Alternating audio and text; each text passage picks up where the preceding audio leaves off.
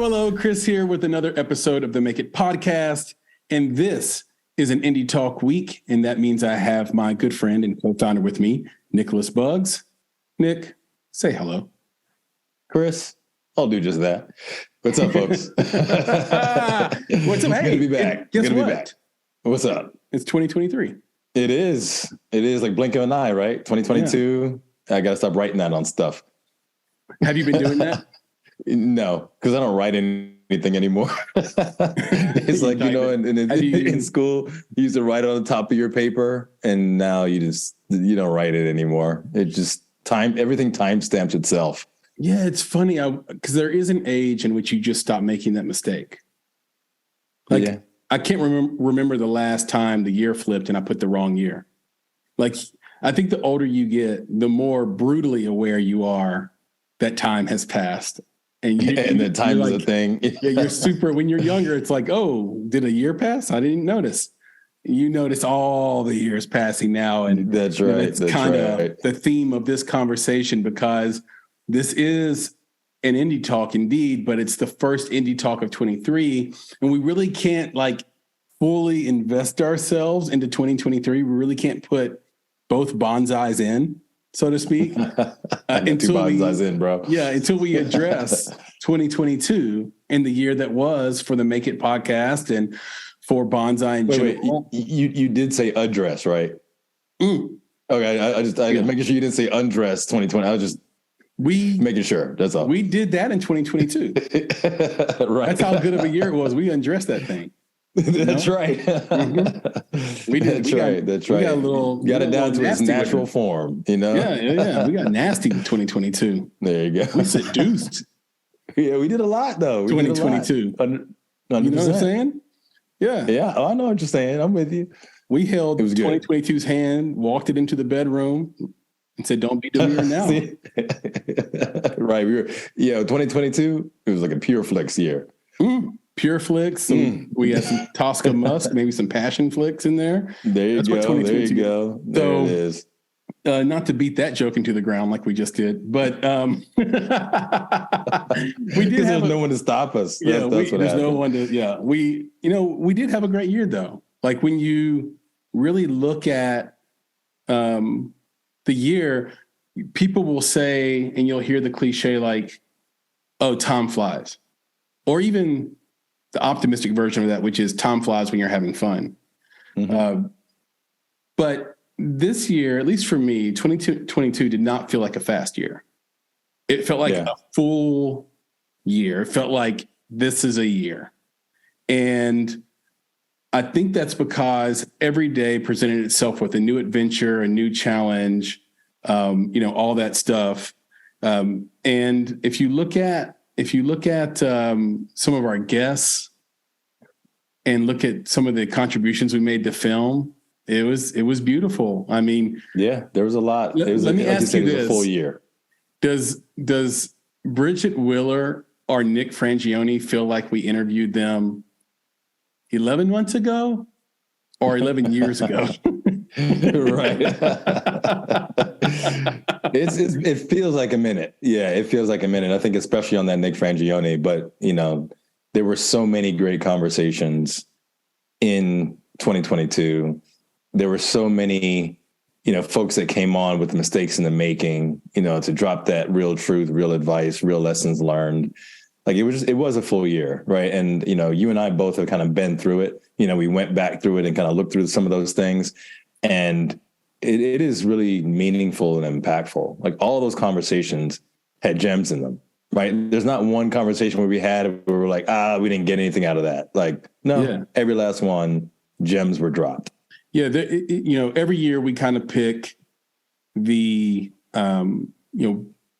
interviews that stuck out to us, these interview comments, maybe that stuck out to us, podcast moments. Yeah. Maybe one year we'll do like a clip show, but that's not a referendum on how we feel about everyone else that didn't get picked in no way whatsoever.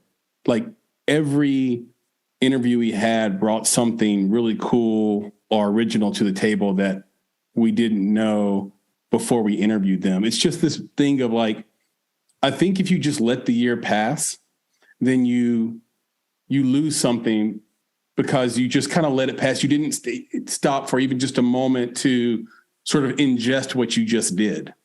There's no reflection time. And I think it's important for us to have an indie talk like today where we can reflect on it and actually say, who did we interview last year?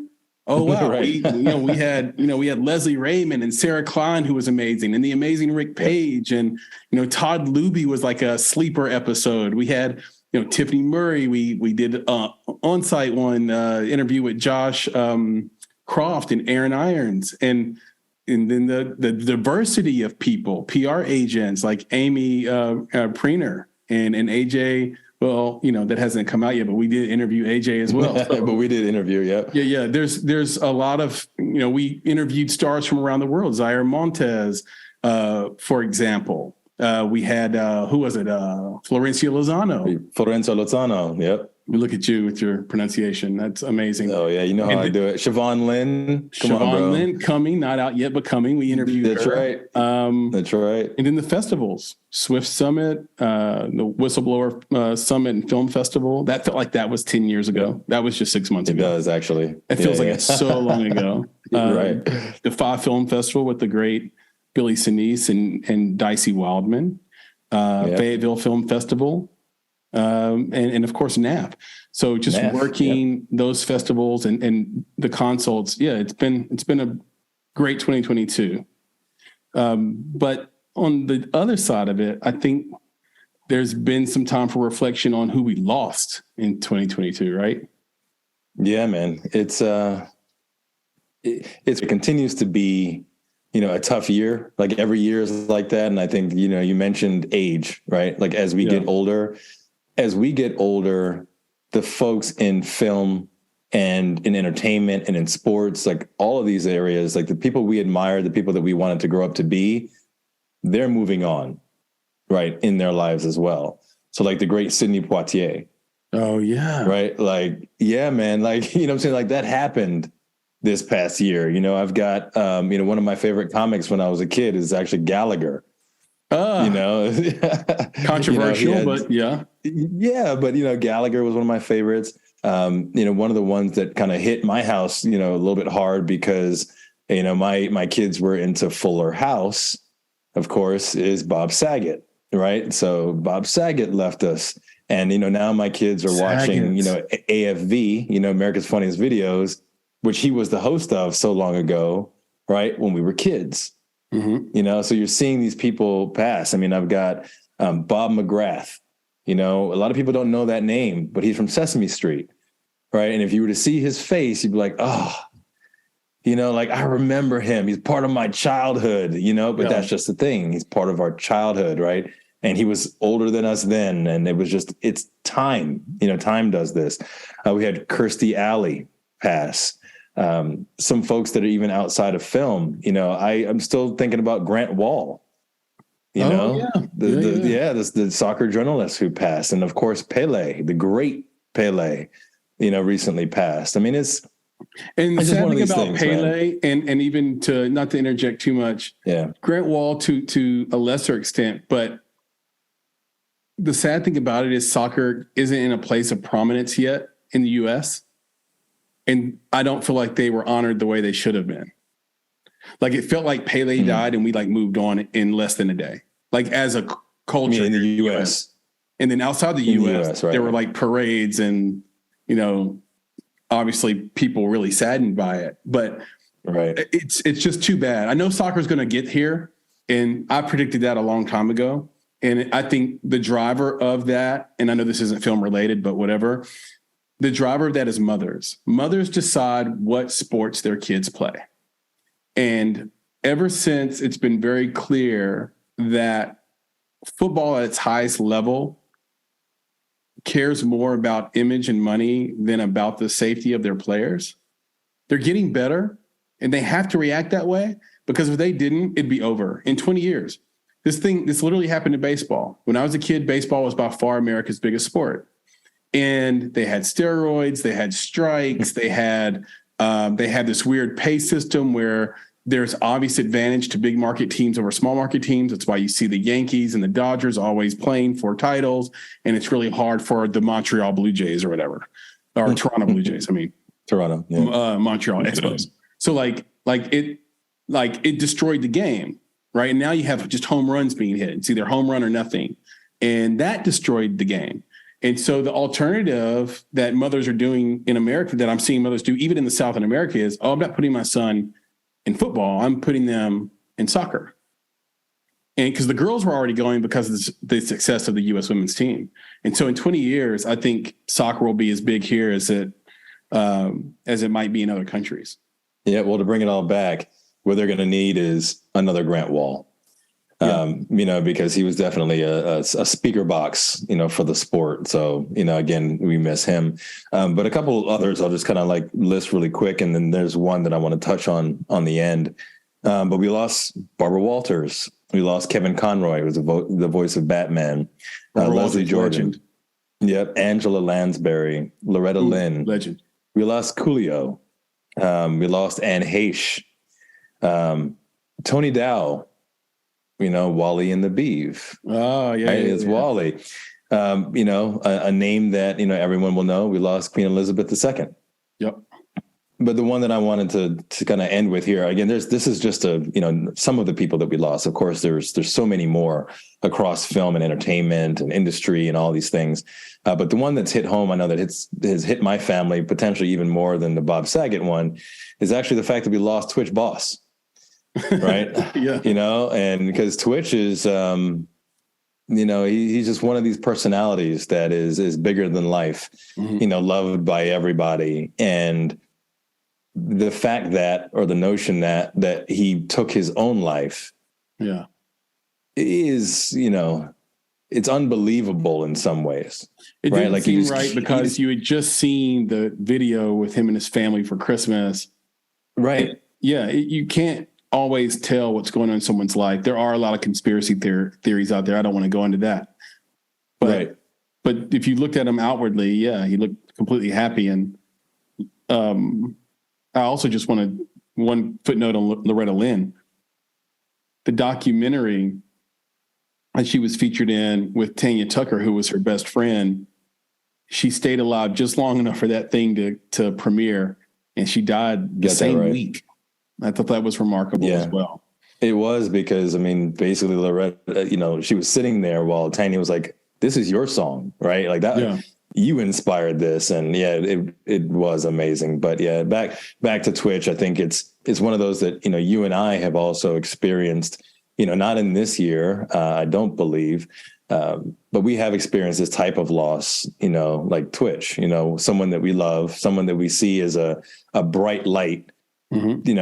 Taking their own lives, and it's just for us it's nonsensical. But like you said, you don't know what's going on in people's lives. So I think for me, one of the things that I kind of want to just say to you and to our audience is just check in on people. Yep. Right. That's just the thing. You don't know, then they may be fine. Right. It's all good. But just do that one thing, just checking in on people, seeing how they're doing, just saying, hey, it just shows them you love them. I think that's at the heart of our friendship. I think that's at the heart of our friendship is I think we both know that we're two guys who are leaders. And this isn't me, slapping my own self on the ass or you on the ass. I'm saying, right. We know that, but we check in on each other. And there are times where I know that you just need to vent. And there are times where I just need to vent. And there are times where I hear things in the background and be like, hey, I'll call you back. And there are times where you hear things in the background. You're like, nope, I'll call you back. And I just think that's great. And look, as a company, we try to do that even with our staff, with people that work with us and for us and around us. But we just check in. Right. And I think it's just so important to keep doing that, because you can't just assume that if someone's got it all figured out just because their outward persona is one of confidence, leadership, strength, exuberance, or even wealth. So, but transitioning from that, I know we touched on this in a different conversation off the air. Okay. This idea of having Black entertainers who are not in the world of killing each other, disrespecting each other's families, calling each other the N-word, all that stuff. Like Twitch fell into that for me. And I think probably for you as well. And that's one of the big shames of it. And much like last year's wrap up yearly conclusion indie talk, we're going to invite some guests on this conversation. And hopefully one of those guests will be able to expound upon that concept a little bit more, as well as talk about what's happening recently here with the Golden Globes and with some other topics that are topical. But why not just go ahead and get the guest brigade started? And I like it. The brigade. We're being brigadooned by some of our podcast guests. And so we had. Wait. Are you foisting a guest upon us? I am foisting our first of many guests in this conversation upon us. And it's the beautiful one and only Traci Hays. And she was picked. Hi. Hey, Trace, what's going on? Hey.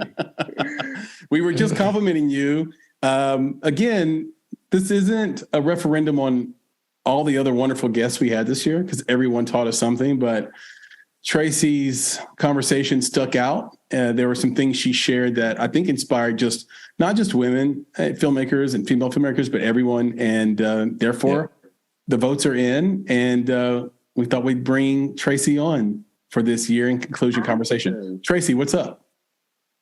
It's so good to see you again. And Nicholas, it's nice to meet you officially in person or over the internet. That's right. That's awesome. It's good to formally meet you too. It's awesome to see you. And it's so cool. And I feel like, I need to go grab a hat. Now I'm out. Chris got the hat. Traci's got the hat. It's become a bit of a staple, Mm-hmm. It's my thing now when I go places. And, it's so funny, Chris, I was thinking back about our last conversation, and how we started we ended our conversation. You had asked what country or place I wanted to go next. And right. I actually went to one of the places we talked about this year, which was Lucerne, Switzerland. Wow. So I bought a new hat. You bought it there? You bought a hat in Switzerland. That's awesome. Yeah, I did.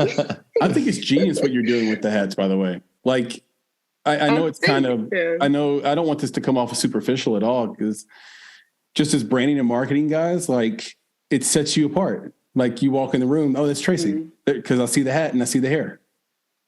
Yeah. Right? Like, I even like the pop of red, if that became like a thing you do all the time. It's like a uniform. Yeah. It's like the Traci Hays uniform. Yeah, the red this is not, normally I'm in black or gray, but this is, I decided to change it up. Yeah. Awesome. 2023. Let's do it. No, I'm excited, you guys. We are as well. Right, and just to let the audience in, we are going to play the quote, or one of the quotes of many that stuck out to us and to our audience. And we're going to ask producer Elise to play that for us. So take it away, producer Elise, and let Traci hear what she said. And then the second piece of advice I actually read in a book this past year by Matthew McConaughey called Green Lights. Oh, I love Green Lights. Fantastic autobiography. And he said, it just really just out of anything, I really took to heart this, which was, you have to know who you are before you know what you want to say. Knowing who you are is the basis for where everything comes from. Beautifully put. Is there anything you would expound upon hearing that back after all these many months? I mean, that still is impactful to me. It's, I think that it's still something you're constantly checking in. I'm constantly checking in with myself about, which is like all the decisions that you make about your instinct and all the different choices you make and how you spend your time. I'm always checking in about, like, is this ultimately informed, is this, I guess all aspects of my year have been like informing your voice, your point of view, No, I definitely, that's the quote I will still stands out. All right. Now, Chris, I've got two questions for Traci on that one. Go for it. All right. So the first one's going to be a fun one. Okay. All right. Spell McConaughey. Oh gosh, no. Don't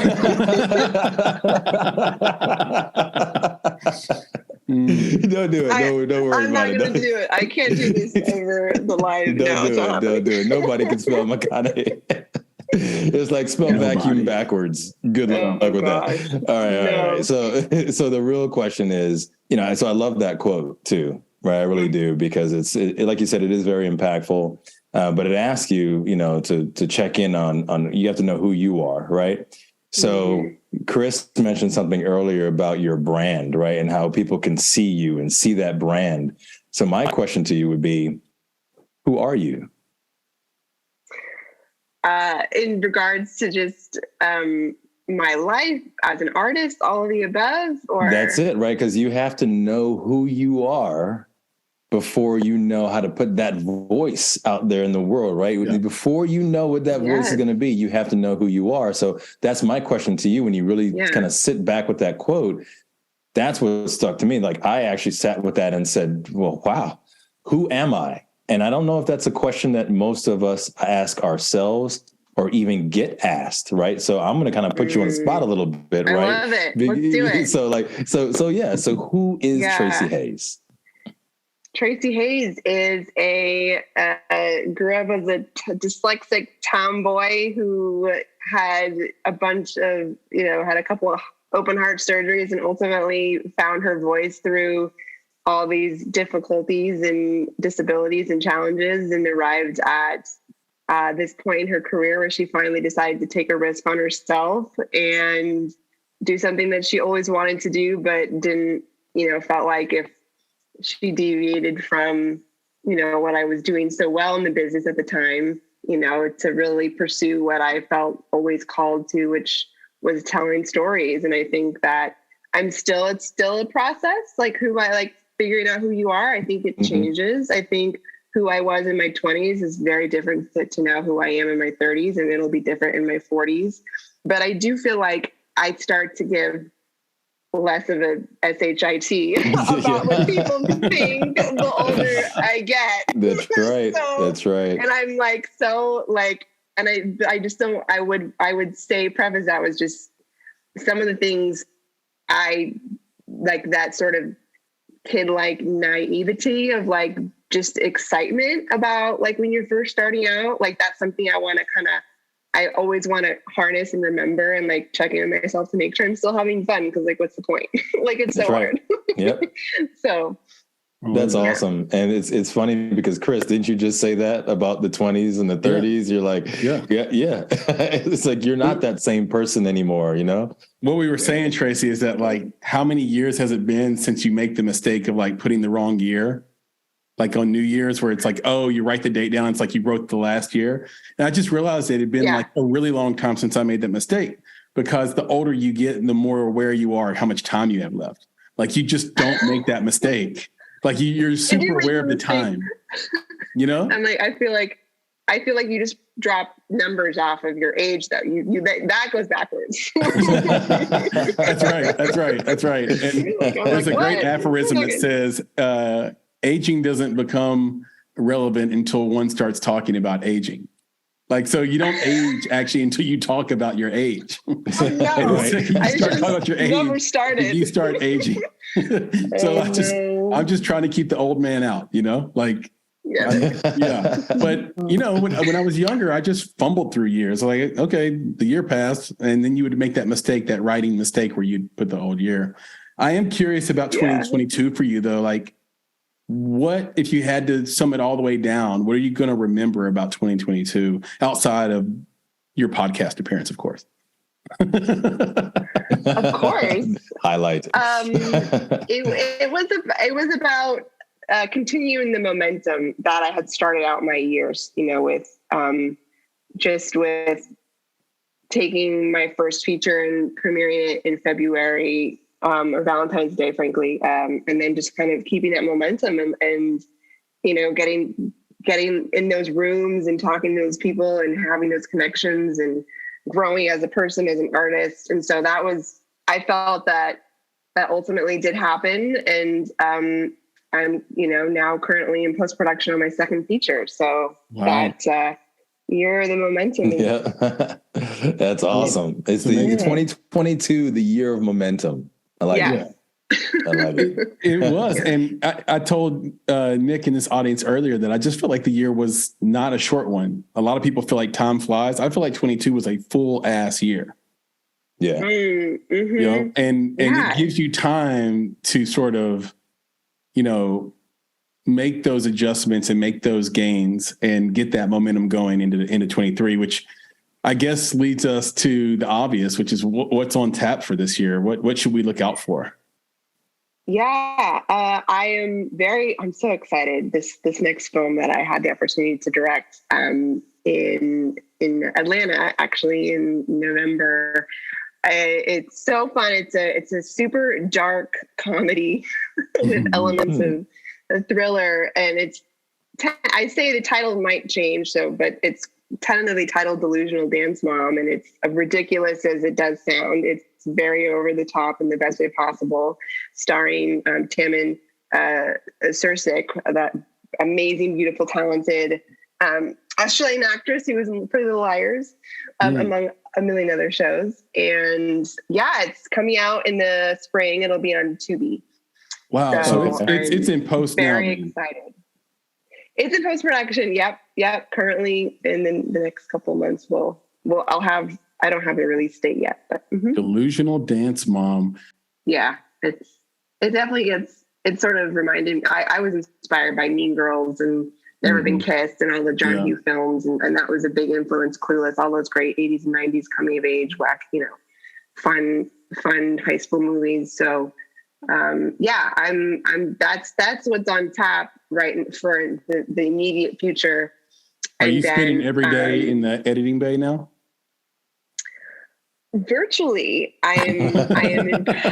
Yes, it's been interesting. It's been a lot of Zoom meetings like this and chatting with different people in different departments. A lot of emailing.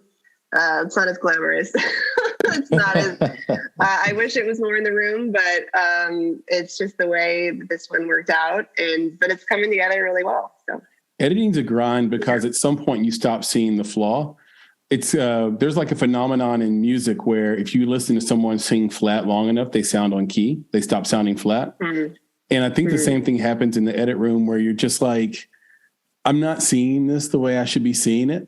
It's become normalized to me. The beats are normalized. I need to go take a walk for 2 hours and I need to come back. I was going to say, you got to walk away. With fresh eyes. And then you can pick up on that pace you were trying to go for and the speed of the cuts you were going for. So, with all that, we wish you amazing luck. We thank you so much for spending a little time with us again on the Make It podcast. No problem. Obviously, when the movie comes out, we should consider a round 2 and you coming back on one of these indie talks as our guest, and maybe even doing one of our mistakes in the making as well, which I think are so valuable for indie creatives and indie filmmakers because they're hearing directly from you, and me and Nick step out of the picture, let's just hear from Traci solo about this. So again, thank you so much. No, thanks for of course. It's a pleasure to finally meet you, Nick. And I'm just giving back as in the same way that I listen to,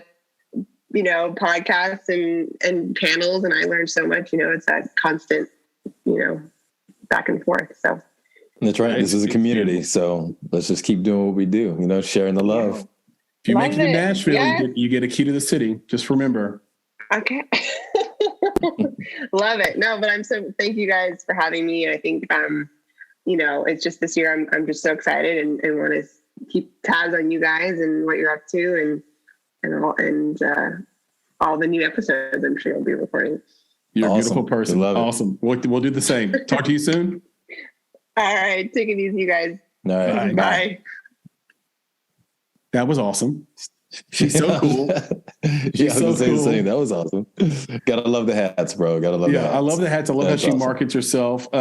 We should we should foist another guest on our audience right now. And this one might seem kind of obvious because, but it's ripe for the foisting. Yeah, it is right for the foisting. And this particular guest, I mean, he looked into my soul. He looked deep into my soul during our conversation. He did look in your soul. He was able to pull out all of my insecurities and yet make me feel empowered at the same time.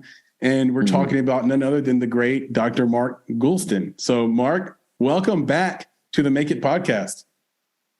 Well, thank you for having me back on. So when I looked in your soul, what did I come up with? You have to tell me. You're right. You have to, but I could tell you were doing it. Yeah. Well, and he explained it to you at the beginning, right? He's like, that's what he does. He locks eyes. And once he has locked eyes, then he can understand. You will give him what it is he needs to understand you. It's a beautiful thing. I love it. It really was. And the thing that I take away, or that I remember, well, I shouldn't say it that way. I remember so many things about the conversation.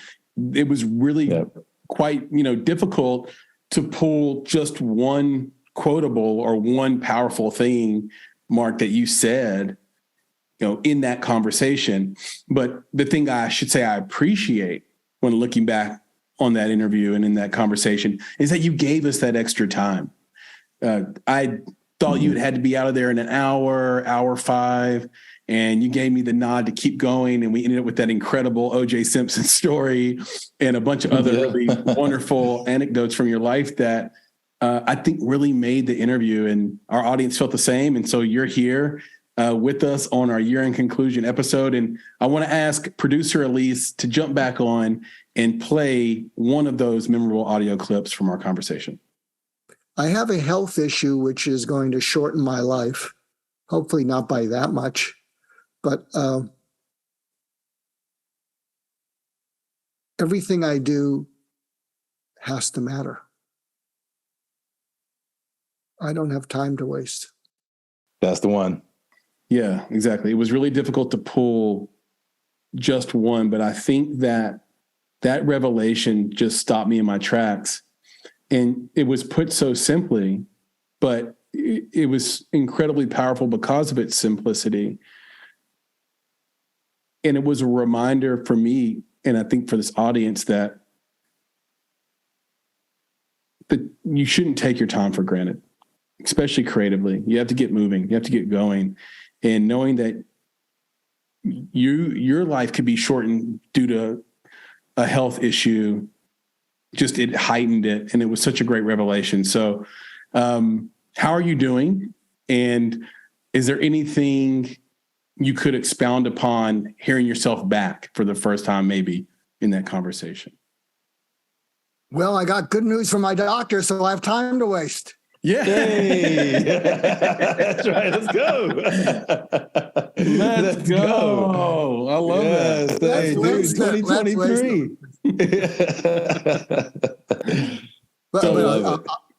I'll tell you, I've been firing on all cylinders. It's kind of scary. Something I'll share with you. I'm a serial creative, and I come up with ideas, and most of the ideas, when people hear them, they'll think, geez, I never would have thought of that. I think that would work. We could do that. But I've never leveraged them because I never had a team. And if you have a great idea with a poor team, it's the same as having no idea. Amen. Yep. It's really true. And what's happened since we spoke, I really haven't been wasting time, and I have several teams on several projects. One I'm excited about is a pilot program for veterans called Take Control of Your Mental Health. And the veterans group is very excited about this, so we're going to roll that out. Since we last spoke, a friend of mine who I've become very close to, his 14-year-old son died by suicide 5 years ago. And he created a movie called What I Wish My Parents Knew. And he interviewed 10 teenagers. And I've been looking for this for 25 years because it's mesmerizing. And when parents see it, they go back to their teenagers and they cry, and their teenagers say, "What's the matter?" And parents say, "I just realized how much I love you." Yep. And here's some insights if any of you have teens and know anything about teens, or you are a teen or you're a parent, because we've been doing presentations all over the place where we show the 45-minute what I wish my parents knew, and then Jason talks about his story and what he missed and what he's been trying to learn since his son died by suicide, and then I give a few tips. But something we've been sharing is there's something that we call the five teenage communication killers. And there are 5 things that teenagers do that trigger their parents to not connect with them. And the 5 things are: they complain, they blame, they make excuses, they make threats, or they're moody. Think about Guilty that. on all fronts. Yeah. Yep. And what happens is when they do that with their parents get triggered. Well, what's the matter? Nothing. Leave me alone. Well, maybe you should see someone. I'm fine. Did you do your homework? And so what happens is teenagers do not think they can open up to their parents.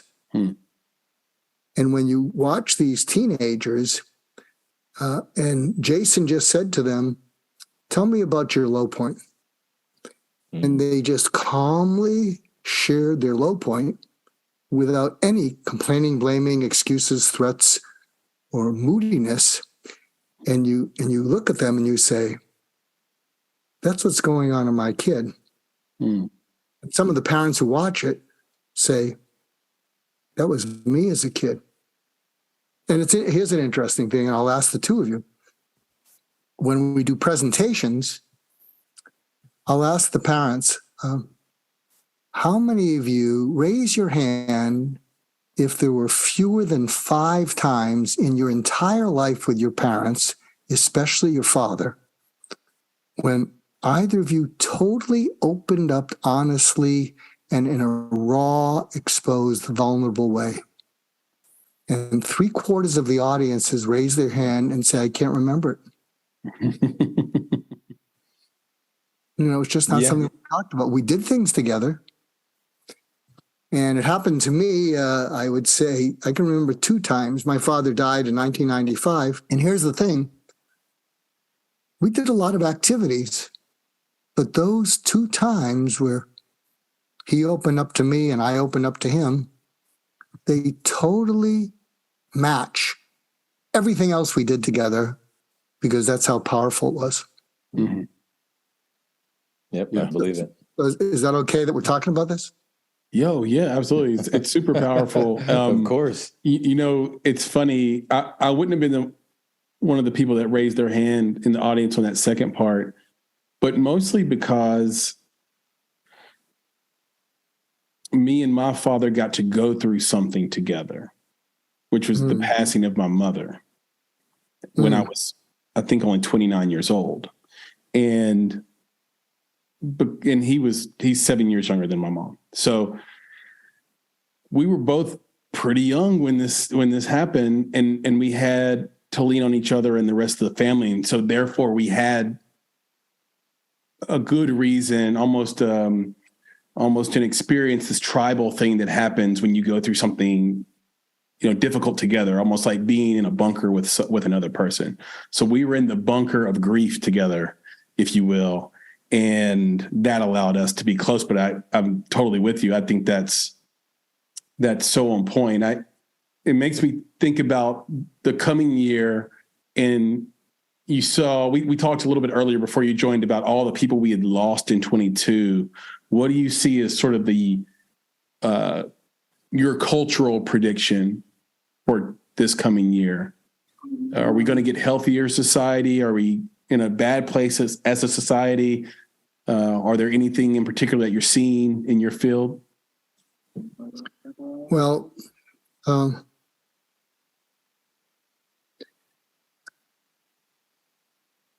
something I've discovered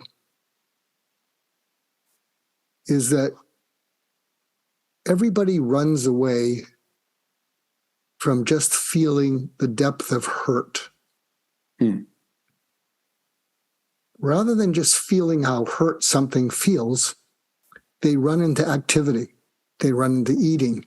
They run into anger. They run into whatnot. And I'm trying to change that a little bit. I'll share something. I mean, I've been married 40 years. I have 4 grandkids. I'm blessed with my family. And I remember some years ago, my wife and I were at it. And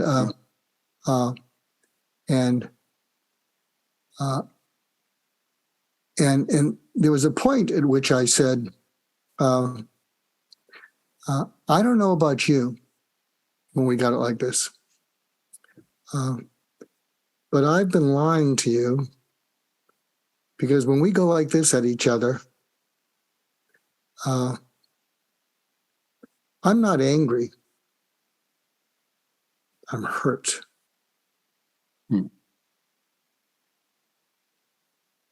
Yeah, it's powerful.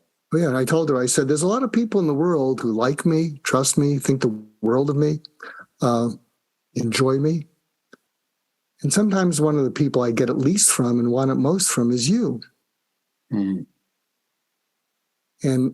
I've been lying to you because I sometimes come off as sort of angry, but what I really am is I'm hurt. But can you feel the power of that? I'm not whining. Oh, I'm hurt.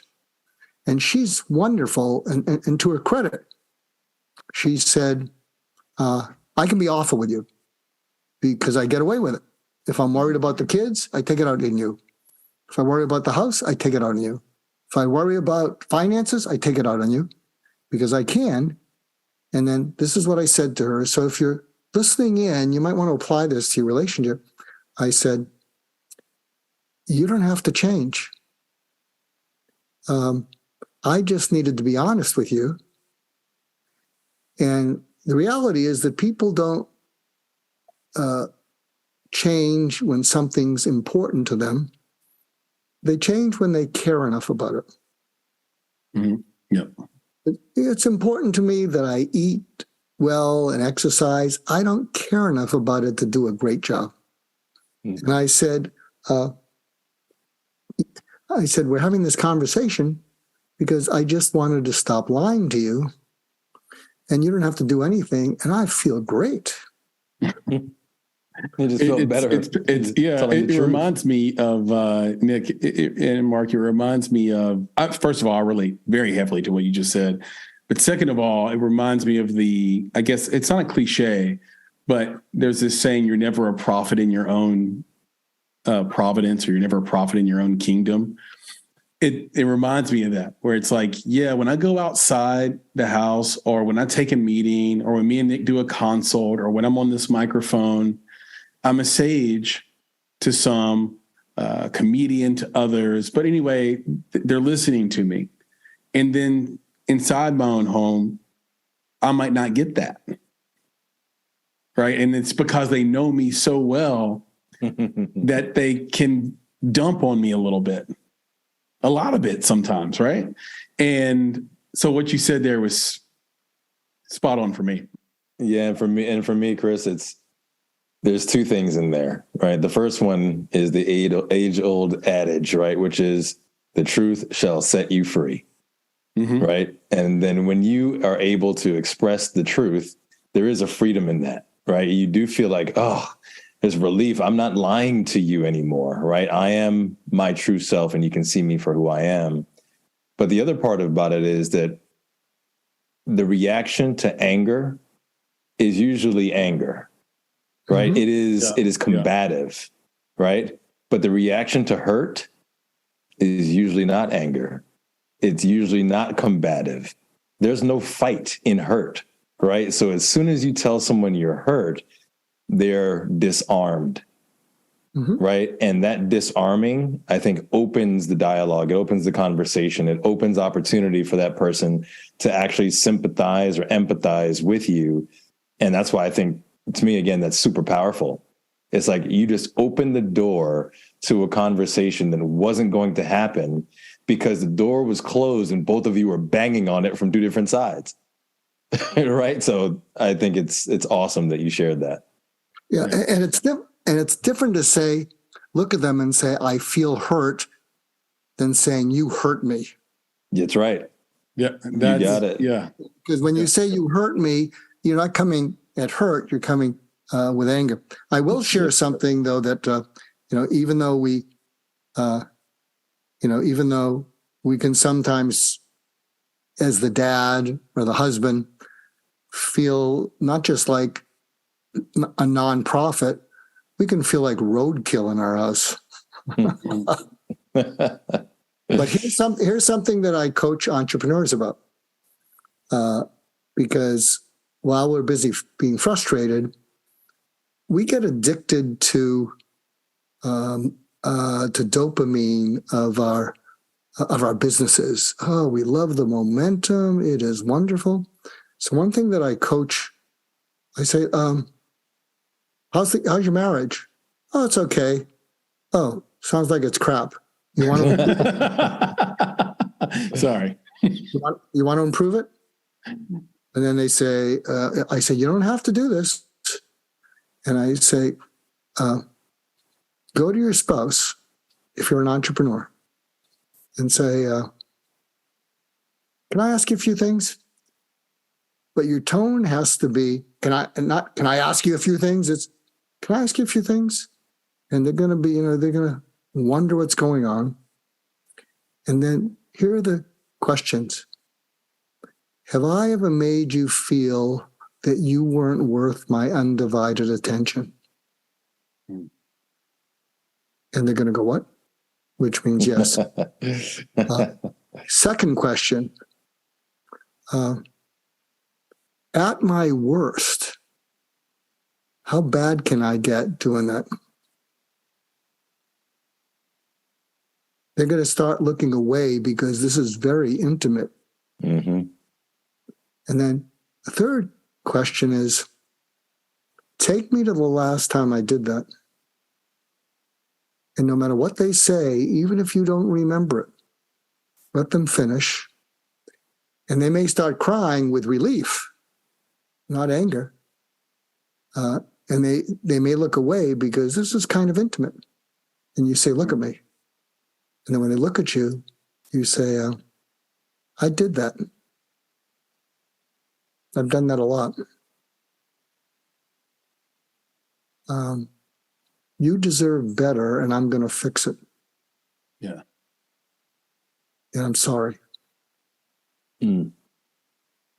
And you're grunting. Some entrepreneurs will say, wow, I don't know if I want us to be that honest. Well, that's what the grunts represent. That's right. It's like, you got to mean it. But that's the key, though. You got to mean it. But go ahead. But here's the thing. If they start to cry with relief, well, it'll be a measure of how much you really care about the person, because they're not attacking you. They're crying with relief. Mm-hmm. And if you're willing to take ownership and think, wow, look what I've done to that lovely person I fell in love with. And so I wouldn't do it unless you're committed to making it better. Yeah, I'm guilty of the answer side to those questions. And I know the type of responses I would get for sure. And a lot of times when you're not careful, those conversations turn into a bunch of ad hominem attacks or a bunch of straw man attacks where it's like, oh yeah, I was on my phone that day because of this, but you're always on your phone. Yeah. And then it doesn't have the desired effect. It devolves. Yeah. Yeah. And you can't go into it with your guard up. I'm just saying it's a game changer. And then if they get angry, and they're getting angry because, they're not ready to lower their guard. They've learned to deal with you by keeping their guard up. So you're giving them an olive branch and you might think, geez, that's a terrible, but if they get angry, even then pause and say, Oh, they might say you always or you never. You do. That's how you always are. Pause, take the hit. And this is the killer one. That's why I'm bringing it up now. Am I too late? You might not want to answer that one. That's the one you don't want the answer to. Yeah, but you need the answer to it, right? That's huge. That's a big one. Yeah. So you never knew what we were going to talk about. We were just so hit me with some of your other questions. I got a lot of stuff going on for the show. I love it. Well, it was great. Well, we won't keep you forever, but we were curious how we can support you, what you have going on in the coming year, and if you have any insight into what to expect in the coming year from yourself and from the world, maybe from society. I'm an optimist. I can't get up in the morning if I'm a pessimist. And I'm hoping that at some point, I don't know how it would happen, people would get fed up with the anger, fed up with the accusations, fed up with not being able to trust anyone, fed up with how things are. What I'm hoping is an unknown person will rise, in some political party that we don't even know about, but is just talking so much sense. I'll get into marginal politics. But recently, the thing with Kevin McCarthy. Yeah. Yep. All the votes. Mm-hmm. So I wrote an article, and the title of it for Medium during the voting when they couldn't decide, and the title of the article was, Kevin, maybe they're just not that into you. Yeah. Yeah. And what I wrote is I said, here are the qualities of Vladimir Zelensky. Mm-hmm. And he just hit every quality in a leader that we need.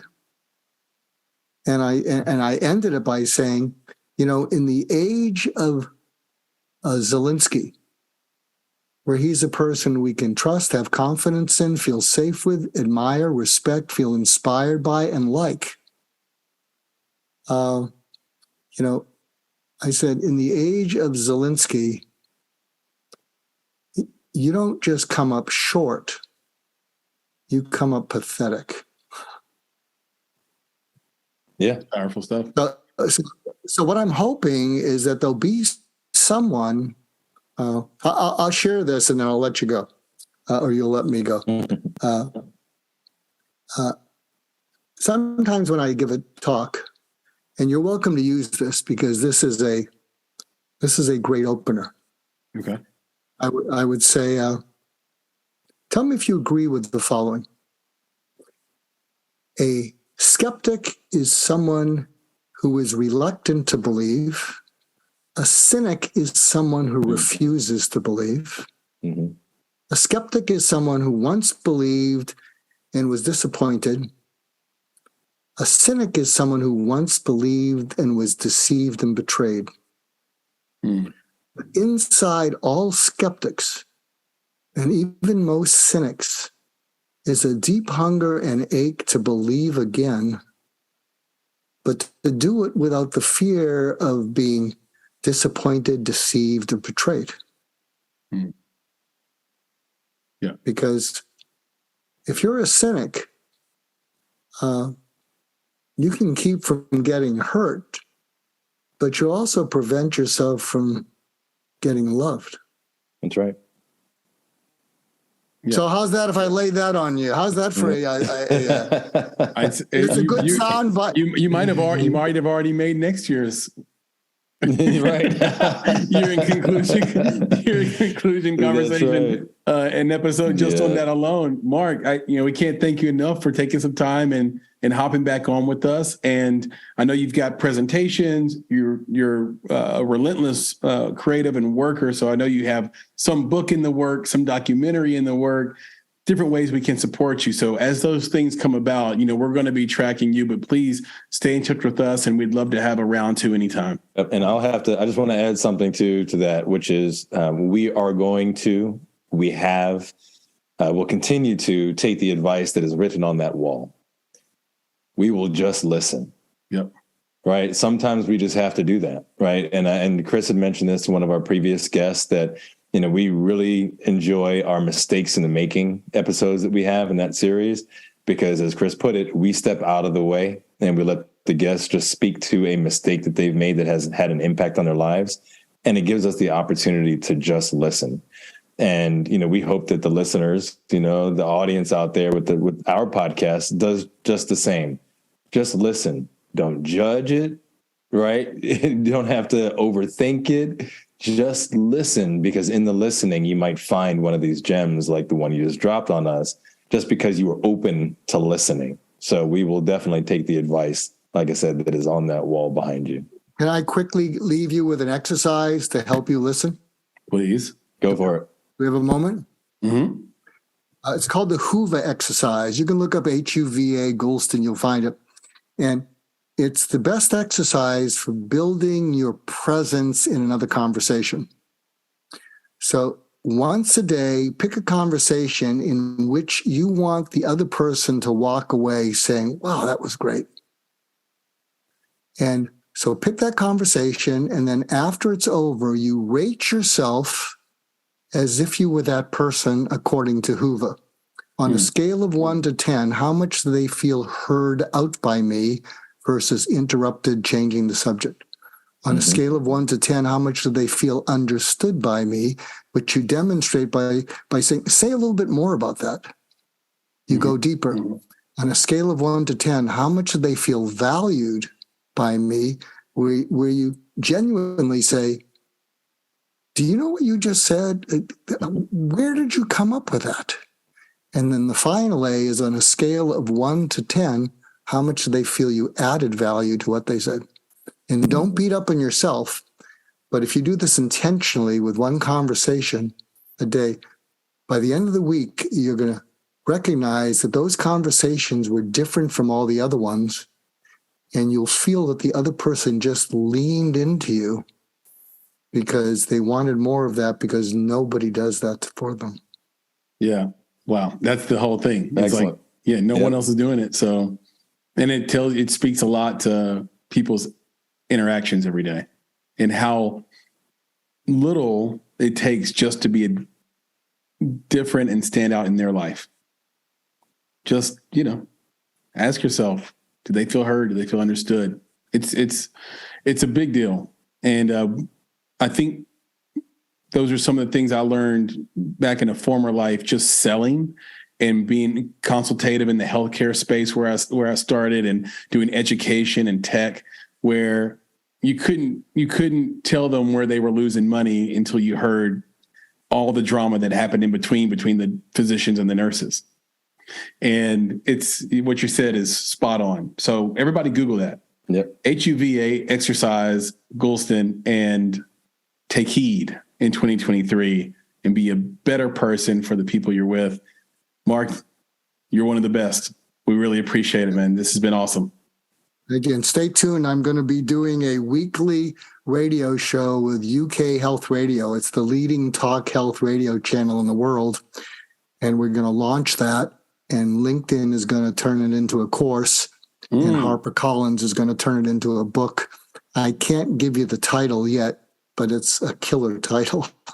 We want the exclusive. So when you get the title, text us, let us know. That's right. To be continued. Thank you, my friend. Yeah, thank you so much. We appreciate it. Thank you for the time. Dr. MarkGoulston. Incredible. Yeah. Appreciate you. That's awesome. Hey, I knew, Nick, that he would come with a million gems. I knew that would happen. It's the language he speaks. He speaks the language of inspiration. So super, super impressed. Look who just dropped in. Blindsided by the dopeness. Frederick. Yeah, there he is. Yeah. The man of the hour. Look at this, man. I just feel like this is like the overnight. Dropped in almost like a spider from the ceiling. I'm old, man. Like, I'm old, okay? When I was younger, this would be from the club. But when I was in the club, you couldn't do Zoom. Oh, that's right. Yeah. But there would be this sort of conundrum going on. Mm-hmm. You know, we would have a space-time continuum problem. It's hilarious that you just said the club, man. It's because you knew exactly what I was talking about too. Yeah, man, because it's like, when's the last time you said that to somebody, yo? Like, I was in the clubs, like I was in the club. It's been a minute, you know what I'm saying? Like, yeah. Which for those of us that know, that's like saying, I'm in the shower. Now, yeah, man. What's going on, man? I love the background, by the way. Thank you. This is Tomorrow Pictures artwork. That's actually a photograph that I had taken in Nairobi, in Kenya. 2 kids in a village called Mukuru Kujenga. They're 2 buddies that were hanging out. It was just a moment where I was able to take a photo, and they weren't like paying attention to me. Yeah, I was paying attention to them. And it's so crazy, you know. It's so I can say this to you guys because it's like, you know, you go all the way to Africa and you see these kids and you think like people all over the world, they're so different or whatever. And then like, no, they're doing the same things that we did when we were kids as well. Same vibe, same movement. You know, it's so incredibly universal. That's why I was just so interested in them, because it was just making me think about when I was growing up as a little kid or whatever, and what we would be doing and hanging out and stuff like that. And you know, these kids just look like you could drop them right into America, you know? Yeah, because kids are kids. That's what kids will be kids. Kids will be kids. Yeah. Exactly. That's why they're so important. What is that? Yeah, what is that? Like, how is that so? It's fascinating to me. I hear that, like, okay, regardless of culture, regardless of nurture, kids are kids. Yeah, because they come in with the purest sense of form about what life is really all about. They have no bias, you know. They have no sort of boundaries. You know, no one's taught them, you know, contrition. And, you know, no one's taught them about the box or the lane or the role that they're supposed to play, you know. And, you know, life is not a stage to them as it is for us as adults, because we live our whole lives performing in front of people. They get to just be. It's a playground. Yeah, I mean, it's just it's what we get to in certain moments, in certain windows of opportunity when we're talking or we're hanging out with each other, or whatever, and all that other stuff just goes away. You know, race, culture, gender, social standing, who's got what, who's driving what car, money, all, and we're just like, you know, the urban term for it is vibing. Right. Yeah, that's the closest we can get to it, you know. Yeah, for me, I think kids seek connection. And I think you find connection, right? You find connection through play. I think that kids don't take nature for granted. That's the big differentiator. Not because they're connected to it; they just came from it. That's exactly right. Whereas we feel so good about nature when we get it that we Instagram post about it. You know, we'll take a picture of a bird. Like, look, that's a bird. And kids are like, yeah, they're out here all day. I'm out here all day. And I think that's because gratitude or whatever. Yeah, hashtag gratitude, hashtag nature, hashtag walk in the hills, like whatever, like hiking. Like hiking's been this big thing over COVID. And it's this reconnection to something that's always been there, because adult life in a lot of aspects is moving from one box to the next. It's you're either checking a box, or you're working in a box, or living in a box, or you're shopping in a box, or you're driving in a box. And the only way to get out of boxes in your life is to be in nature. And kids get it, and we forgot it. Now, is there a problem with our Western culture here? This matrix that we've created, this false reality that has been built on the natives, the indigenous people that we have forgotten about? Do you know what I mean? Like, the box that you speak of is very real, very true, but it's all created. It's all man-made. It's all constructed. Well, it's connection. It's the loss of connection. That's what it is for me. Absolutely. So as soon as we lose that through all of the boxes and social media, which is, in some ways the devil, right? To some people, right? Mm-hmm. It's the loss of real human connection. Yeah. And I think that's what the connection to nature is. It's no different. And we are of nature, right? So when we can connect to each other, when we can connect to our surroundings, then it's like we want to find community. We want to find reasons to keep each other alive and make music and play and do all those things. But yeah, we've got too many things now distracting us. And what's funny that Chris mentioned the box, it's like I think about the other box, which is, and Frederick, you alluded to it. Yeah, we buy boxes. So now, like, the things that are in the box, you know what I'm saying? Like the Amazon box, the Gucci box, like, it's like all the boxes that we have. And yeah, those are the things that are basically creating walls between us and each other. So yeah. Can I translate? That's why it's love. Can I translate a little bit further, Frederick, for you, what Nick is saying? Let me translate Nick to you a little bit. Because I think he broke it down, but I think, Nick, just knowing you the way I know you, you're not talking about the simple act of having coffee with somebody alone. It is that. Right. But it is also this thing that is happening as we speak. There was a story today about a school who has banned physical touch from its students. Students are no longer allowed to say hello with a hug. They are no longer allowed to date in the school. That is what Nick is further talking about. It's like we have people who want to take away your ability to be warm to someone through human connection and touch, not sexually, just through touch, because we're human beings, because that is now taboo. That is now assault. That is now whatever they want to call it. And before it was just a hug, or it was just like lean on me. Like what happened to lean on me? Can't lean on me no more. That's when you're not strong, I'll be your friend. I'll be your friend. I mean, like, yeah, I'll tell you, man. You know what that is? You know what that's about? I'm gonna throw this in there, man.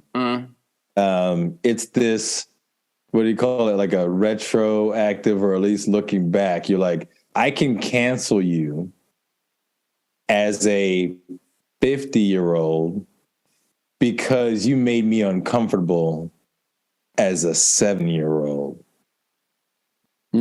Like, think about that. That's what's happening these days, right? You got tweets of people coming out from 9, 10, 12, 15 years ago and getting canceled, right? These people might be totally different people. Yeah. I see what you're saying. You're saying something you tweeted when you were a child now comes back and gets you when you turn 50. Right. So now think about it. You're in school and you touch someone, right? That's the idea. No, we're protecting you guys from yourselves, because you mess around and touch someone, and if they just feel uncomfortable, right? Who knows if they even remember it properly? If it was even you, 20 years later, that hug, that high five, that fist bump could potentially come back to haunt you. I'm being ridiculous, right? I'm being facetious. But the thing is that that's where we are in this society. That's one of the things that's kind of weird to me, is that you can even go back, way back, into a person's child, into when they were a different person. Again, we just had this conversation earlier. Chris is not the same person he was when he was 20. He's not the same person he was when he was 30. This is an evolution, right? Yeah. But then to be able to point to 20-year-old Chris and be like, that's a referendum of who you are today is unfortunate. So yeah, it's weird, man. I pray for anybody who grew up on 90s hip hop, because if you grew up on 90s hip hop, there's no way you don't have sort of like a tolerance for, I don't know, things that would be considered very rapey today. Like, I loved 8 Ball and MJG. Coming out hard could not come out today. Just could not. Just could not. Yeah. You couldn't. Dr. Dre couldn't mush the fake Mariah Carey's face in Nothing But a G Thing video. Like that would just be, and it was unacceptable then. But like, think about the fact that we grew up with that, and that was a #1 hit. Like, so it was pop culture. It was a pop song. And the problem is by the time you're old enough to realize that like pop music is indoctrination, you're already like aged out of the relevance conversation a lot of times, unless you are a pop artist. Right. You know what I mean? Or anything that's like that. It's like by the time you're old enough to know that porn's really bad for you, it's either already affected you to the point where you can't come back, or you're aged out of the relevant conversation for it.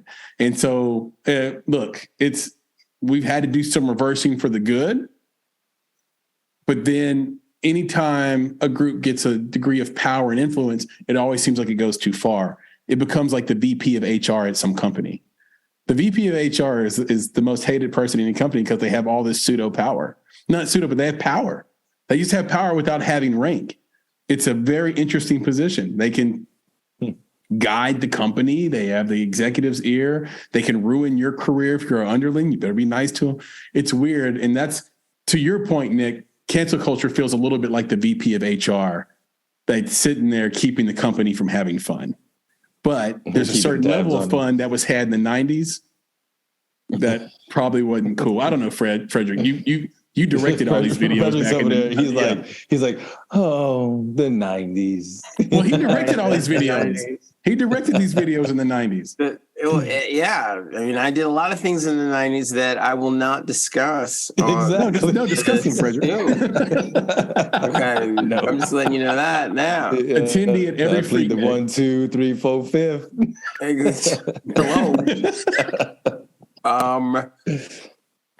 Busy Burger King bathroom. There you go. There you go. That's all good. That's the 90s.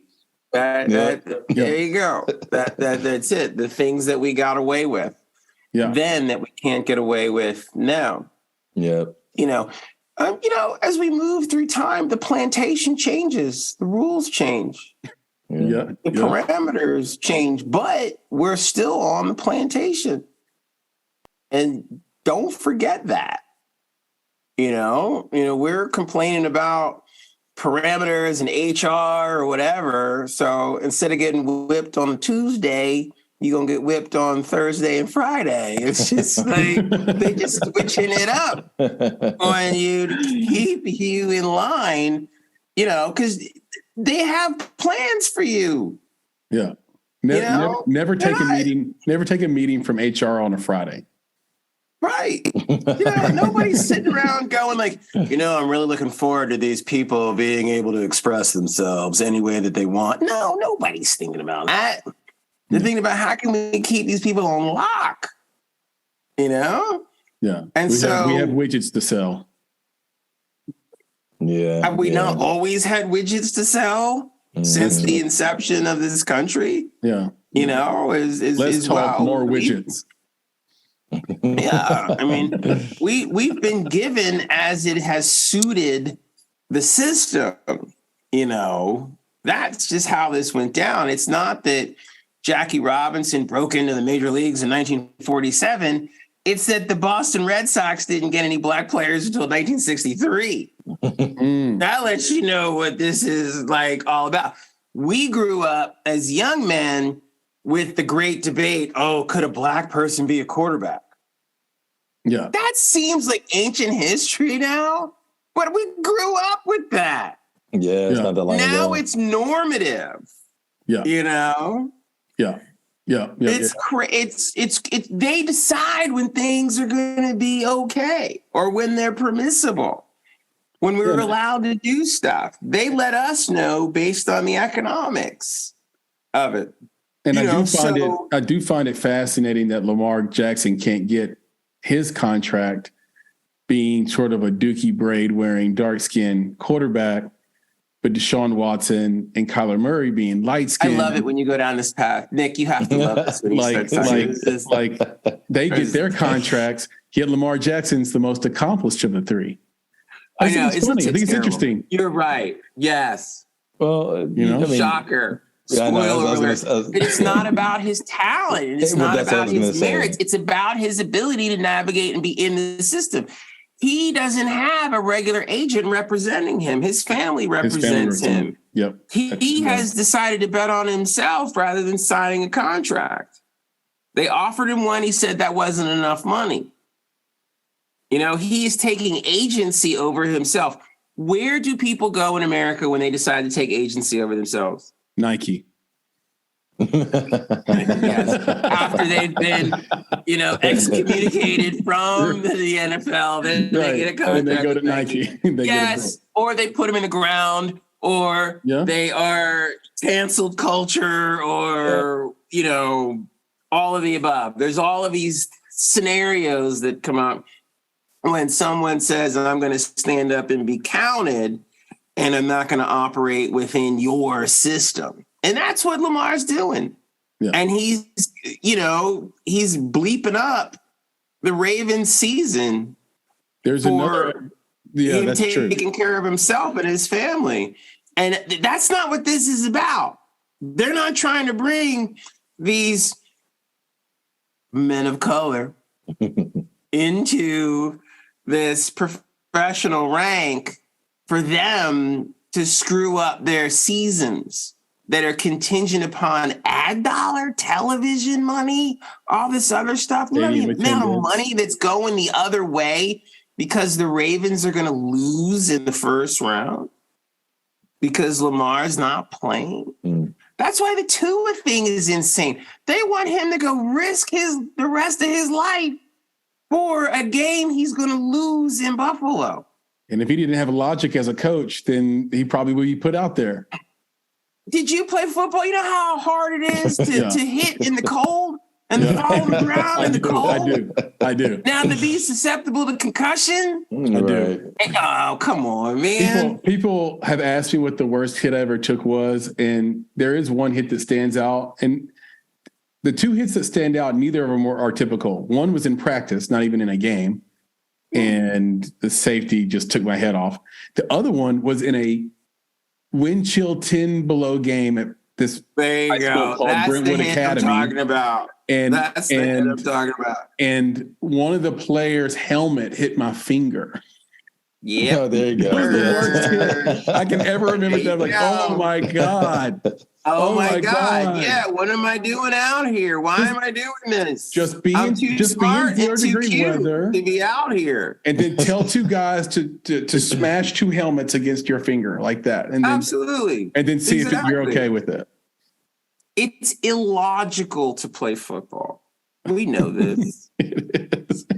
It's funny because it's true. Another athlete did this, Kawhi Leonard, who has his uncle as an agent, as an NBA player, and he gets hated on by the media. I feel like, even though he's a two-time champion, maybe three-time champion. And he's a great player. And guess what? Super great. No one cares how great you are if you try to exercise autonomy. Yeah. That's not what that sport is about. I thought about Lamar Jackson, and it hit me about Kawhi Leonard. Sport. Yeah, but you said sport, right? And I think that's one area. It's interesting when you extrapolate that and you just look at life that way. Yes. Right? Yeah. If you step out of the system, regardless of what that system is in life, people don't like it. They don't like it. You're not here to march to the beat of your own drum. That's for sure. And what's funny about that, man, is that, and I just had this conversation with my wife, and it's so funny because there's all of this guru talk, right? There's all these people who are like promoting this and like uber positive, that toxic positivity stuff. Who's doing it? What's the profile of the person that's doing it? Everybody. That's what I'm saying. It's the armchair guru. It's the armchair guru, right? Where everybody's talking positive and everyone's like, just be yourself. And I'm like, if you're an asshole, we don't want you to be yourself. Like, then you have to, like you said, march to the beat of your own drum. Exactly. But you can still be the best person in the world and you'll still get stomped out. Yeah, exactly. If you gotta be careful, there's rules for a reason. There's rules for a reason. There's guidelines for a reason. There's systems for a reason, right? Cultures are defined by tradition, right? And the guidelines that they set around them. So it is difficult to step outside and expect to get the love from the system, right? Because if you do that, if you step out of it, you're threatening it, right? You might be, if you're successful outside of the system, then why use the system, right? And then 2, you have the potential to break it, right? Yeah. And that's not what the system wants. So yeah, when you see these people kind of working on the outside, that's why the system, which includes more, again, it's the journalists, it's the coaches, it's everybody kind of in cahoots because they're all in the system. If you try to break it, then there is going to be some pushback. Like you said, there is going to be some consequence associated with it. Nick, can I take us back 25 minutes? Go for it. Frederick, do you even know why you're on here? Therapy? I thought this was a group therapy Zoom. This was the Black Man group therapy Zoom. It is, and what's crazy? We honestly need to do this off. I can't believe record. You're not doing it. Like that's all I'm saying. No. Listen. We are going to do it, and one of the things is that the previous guest, Dr.MarkGoulston, actually said that we should do this. He made the recommendation during his conversation with Chris that, like, whether it's, we're dealing with the world of filmmakers, right? Sure. Filmmakers need to have this, right? Just talk, vent, whatever, just get it out, right? Because a lot of times we're so focused on the creativity, right? Or making the thing that we forget that we need these times to just talk amongst yourselves, right? And have that kind of conversation. So yeah, I think, Chris and I will definitely have to find some really cool opportunities to do stuff like this in a larger group where we just get to talk and vent and work things out. Therapy. Yeah. Without the bill. There you go. That's what it is. There you go. But officially, Frederick, you're on here because you were one of our audience favorites in 2022. Oh, really? Wow. And this is the year in conclusion episode that we do every year. And we do this because every other podcast goes the lazy way and just does a clip show and takes a vacation. Not us, baby. We bring the guests back on, have them talk about their conversation a little bit, ask them some new questions. And I'd love to bring in producer Elise right now and have her play one of the clips that the audience and we thought was amazingly inspirational, educational, entertaining. Violence always has an agenda behind it. So Black filmmakers that make a lot of things with violence in them, I question what their agendas are. Yeah, I think it's interesting and topical based on what we were saying just a moment ago. And before you hopped on, we talked about some of the people we lost in 2022, one of them being Twitch. Yeah. And for me and Nick, he was one of the Black folk in society that could be viewed as a positive role model. And definitely. Yep. And, Nick, you've said this before, like if you go to cmt.com or their Instagram page versus like, let's say a Black blog or Black magazine, like The Source, it's so vastly different, right? Like The Source, What were you saying, Nick? The Source shows a Black person go ahead. Yeah. So it's not just a Black person, right? It's the people in that industry, right? Or in that genre of music. You see, someone gets shot, someone gets killed, someone is just coming out of prison, someone's being accused of something, someone's going to prison, right? And then you flip over, like you said, to CMT, and someone got married, someone's having babies, someone bought their mama a car, you know what I'm saying? Someone's buying a new house. Like, It's crazy to watch the difference between the two cultures of music and just see this. I mean, it's so stark. And, I was telling Chris, Frederick, I was like, I don't even know why I follow The Source. And I think it's because of that reason. It's like, I'm watching this happen just to really soak in the reality of it, right? Like, this is legit. This whole music, this whole genre, this whole culture of people, this is what they're talking about on a daily basis. Yeah. Who got shot, who got killed, who's coming out of prison, who got accused of who assaulted whom. It's been turned into an entire marketing platform. They're selling it the same way they sell sex. They're selling illicit behavior. People like it. It gets people excited and all fired up. Like America is a place that loves violence and negative energy. But how is that? That's the part that kills me, right? So, but how do they enjoy it? Well, because they don't know any better. They've been fed it from birth. We have an entire society that's built on violence. I mean, when they got here, they're like, wow, all these natives, they gotta go. We got to figure out a way to get them the hell out of here. And then, oh, wait, now that we got them out of here, now we got to figure out a way to make this land work for us. We need labor. Okay, we got to go commit another violent act and forcibly bring human beings over here to do what we tell them to do. And they've been doing that with every culture. I mean, they did it with Asian Americans in the West, and they did it with the conversion of the natives here to, being Mexican. Mexican is a false construct. I mean, they're natives who have been told that now you're going to worship this God and you're going to have this name and this is how you're going to do it. It's just this force of will to get their way, and so that's what I mean when there's an agenda behind violence. We're taught that you commit a violent act for an outcome for yourself, that you're going to get something out of it. It's not necessarily just totally random. It's like you're trying to snatch somebody's chain, or you're trying to take somebody's shoes or whatever. Or wife. You want to get something out of it. And people, it's capital gains. So they're just, a lot of these agencies and news outlets and stuff like that, they're just reporting on capital gains. Now, in the country music world, it's like bought a house, all that other stuff. That's their capital gains. People perceive capital gains in the Black community's violence, and so that's what's reported on. No one cares about what we do that's positive, like the Black kid that graduates at the top of their class, or the person that does buy the house or does do the great thing. You do something amazing, no one's going to report on it. But if you go strip butt naked and run up the street, you will be on the news.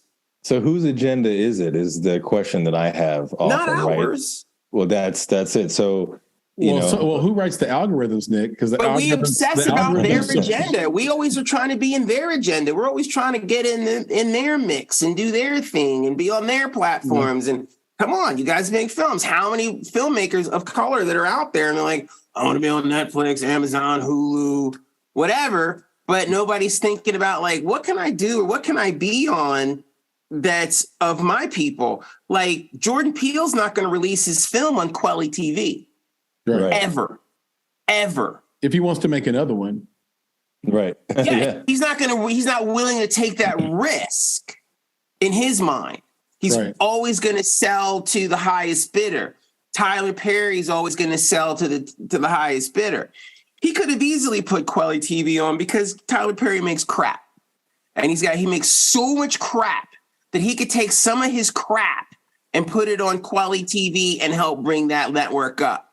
And I know I'm being a jerk for saying that, and I don't care if he sees it, because he makes a lot of crap. And he has so much crap that he could take his old crap and give it to Quelly TV and help lift up that network, and he doesn't do it.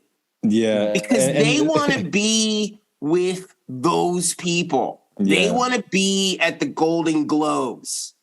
They want to be Eddie Murphy trashing Will Smith at his worst moment in his life. Yeah. They want to be a part of all that. That's what they're down for. That's what we've was he wrong for that, Frederick? Did you feel like that was just good satire, or do you feel like he was wrong for that, Eddie Murphy? He was wrong. Everybody knows Will was struggling in that moment.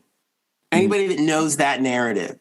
Yep. Anybody that's followed that dude for 25, 30 years. You know what I'm saying? Yeah. And him being married to Jada, and if anybody knows the history of Jada Pinkett Smith and She's notorious. She's a boss. Yeah. She was in his head. I mean, it was all this stuff, you know? Yeah. It was terrible. Like I do from New reflect on it Jersey. too. Yeah. He knows. That's why he did it. Yeah, I reflect on it too. That's his swing at trying to stay relevant. Yeah, you know? He was disrespect. Here's the thing. Like, I think he was at that point, you know, a low point, and we don't have to get into it too far, but it's just like he was broken. Absolutely. And I know that he knows better, right? Sure. We all know that, right? But in this situation, he was punked on national television. The only way to not be punked is to step back up, right? And Chris Rock jumped up. And what happens to punks who jump up? They get beat down, right? And that's what happened. He was like, I know I'm not supposed to do this, but you can't do this to me in this situation anywhere, and I got to step back up. That's fine. Fair enough. But if Brad Pitt made the joke, would he get up there and slap a white man? No. Would he? If it was Sandra Bullock, would he get up there and slap a white woman? No. Well, the only person on the planet that we can go slap is another one of us. No. I think if he had, so I would say that if Brad Pitt had done it, he still would have gotten up and slapped him. Okay. Wow. Because you know why I think that? Because I think he was so broken in the moment. Now, here's the difference. Now it's an assault charge. Now he's doing time. Okay, so there's a difference. That's what I was going to say, is that the security reaction, had he slapped Brad Pitt, he might not have got the Brad Pitt. 100%. Right. That's what I'm saying. Like, he might not have gotten to him. Like, it would have been a totally different situation. I hear you. And it's unfortunate that we've been having this conversation, but it's real. But yes, I mean, he might have gotten sniped from the third balcony. You know what I'm saying? Right. Like to Frederick's point, security is looking like that's between them Negroes. Right? Instead of doing their job. Right? Like security's like, that's between them. Yeah. We Nobody's going to get in not to interfere with black guys fighting. That's right. Exactly. That's just how society is socialized. I think he was somebody wrong for say it too. Something around Columbus Day, Nick and Frederick, where it's like, you know, Africans landed on North American soil before Columbus did. The only mistake is they just left. The only mistake they made is they didn't colonize the Indians. Yeah, because that's just not their vibe. That's not what they do. Yeah. That's not what they do. Only Europeans. Hilariously put, like, oh, your big mistake is you didn't have fun and profit off of this. No, that wasn't the vibe. Just like Frederick said, it's not the vibe. But it's crazy because I think, to Frederick's point, like throughout this conversation, like there is a sense that's the point. The point is to colonize. The point is to profit. That's the objective. Absolutely. That's why that's why people are upset. Tua is not playing on Sunday, you know, and Lamar's not out there on the field. It's to colonize. It is to capitalize. It is to win. That's it. It's to win. Only win. You know, know? It's like I know Spain's like, I know I didn't fund this damn trip for Christopher Columbus to go over there and come back. Sure. And you know how it's a problem? Because when we do it, they don't like it. Yeah. When we bring it like that at them, they got a problem with it. Yeah, they made a whole movie about it. It's called Captain Phillips. Then there's an issue. You know. I am the captain now. Y'all mess around and go out and make $100 million film, and you see how much drama you bring to yourself. You know, and then you own the rights to it and everything, and you making all the money. They will show up on your doorstep. That's not what this system is built for. This system is built so you work for them. You're in their system. You're not supposed to build your own system. That's why we don't own our own sports teams, and that's why we don't even have our own real distribution outlets for our own stuff. Yeah. Our Black content should be on Black platforms.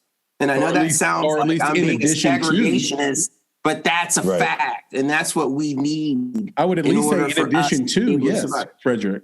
Yeah. There's no question about it. If we were making stuff with each other and then people had to come to us to get us, you know how powerful we would be? We run this system. We flood it with our IP and they take it and use it and cannibalize it. That's why Kanye's running around butt naked and crazy because he's mad.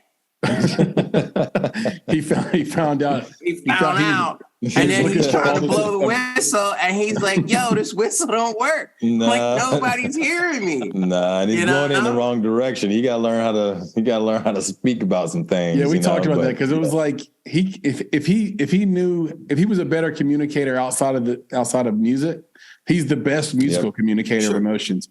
But if he just knew how to do it as a human being, he might have had so many people in his case. He would be like the new Dr. Umar or something. Right. But like you're absolutely right. You're 110% right. You mean Colin Kaepernick of hip hop? A dude like yourself and like Nick and like me. Yeah. The black dudes that people kick to the curb that say we don't like you because you are smart, you are intelligent, you are articulate. We are literally a lost tribe of people. Black men who know how to communicate. Nobody's hearing that. Yeah. People hate dudes like us. Come on, man. You walked in the rooms all the time. You walk into a room and people don't want to have anything to do with you. They're like, who's this guy? This guy likes himself and speaks well and is somebody and is confident. And they're scared you're going to take something from them. Yeah, but listen, their money, their women, the whole deal. I know, but I'll be 100% with you, man. All right. You ready for this? Uh-huh. And this is a personal experience. Sure. All right. So I'm speaking from my experience. Right. The folks that you're talking about, the they, the them. Yeah. Those were people who looked like me. The people who didn't look like me were the ones who were like, let this guy in. Look at this. This is a breath of fresh air. This brown-skinned dude can speak eloquently. He's smiling. He cares about himself. He cares about the way he looks. You know, all these things. It was the folks who looked like me. Those were the folks that didn't necessarily want me in the room, right? Or were looking at me a little funny, like, no, this guy's trying to be a little too white. You know, you talk like that. You know, anybody, self-respecting Negro talk like that. You know, what's that about? That was my It's chain gang mentality. It's chain gang mentality. It's like, I can't trust you unless I can break the law with you. You know, it's unfortunate. Right? Yeah. That's why I say, if we make a $100 million movie, like Frederick said, just let me do all the talking. Because by the time they figure out that we're black, it'll be too late. You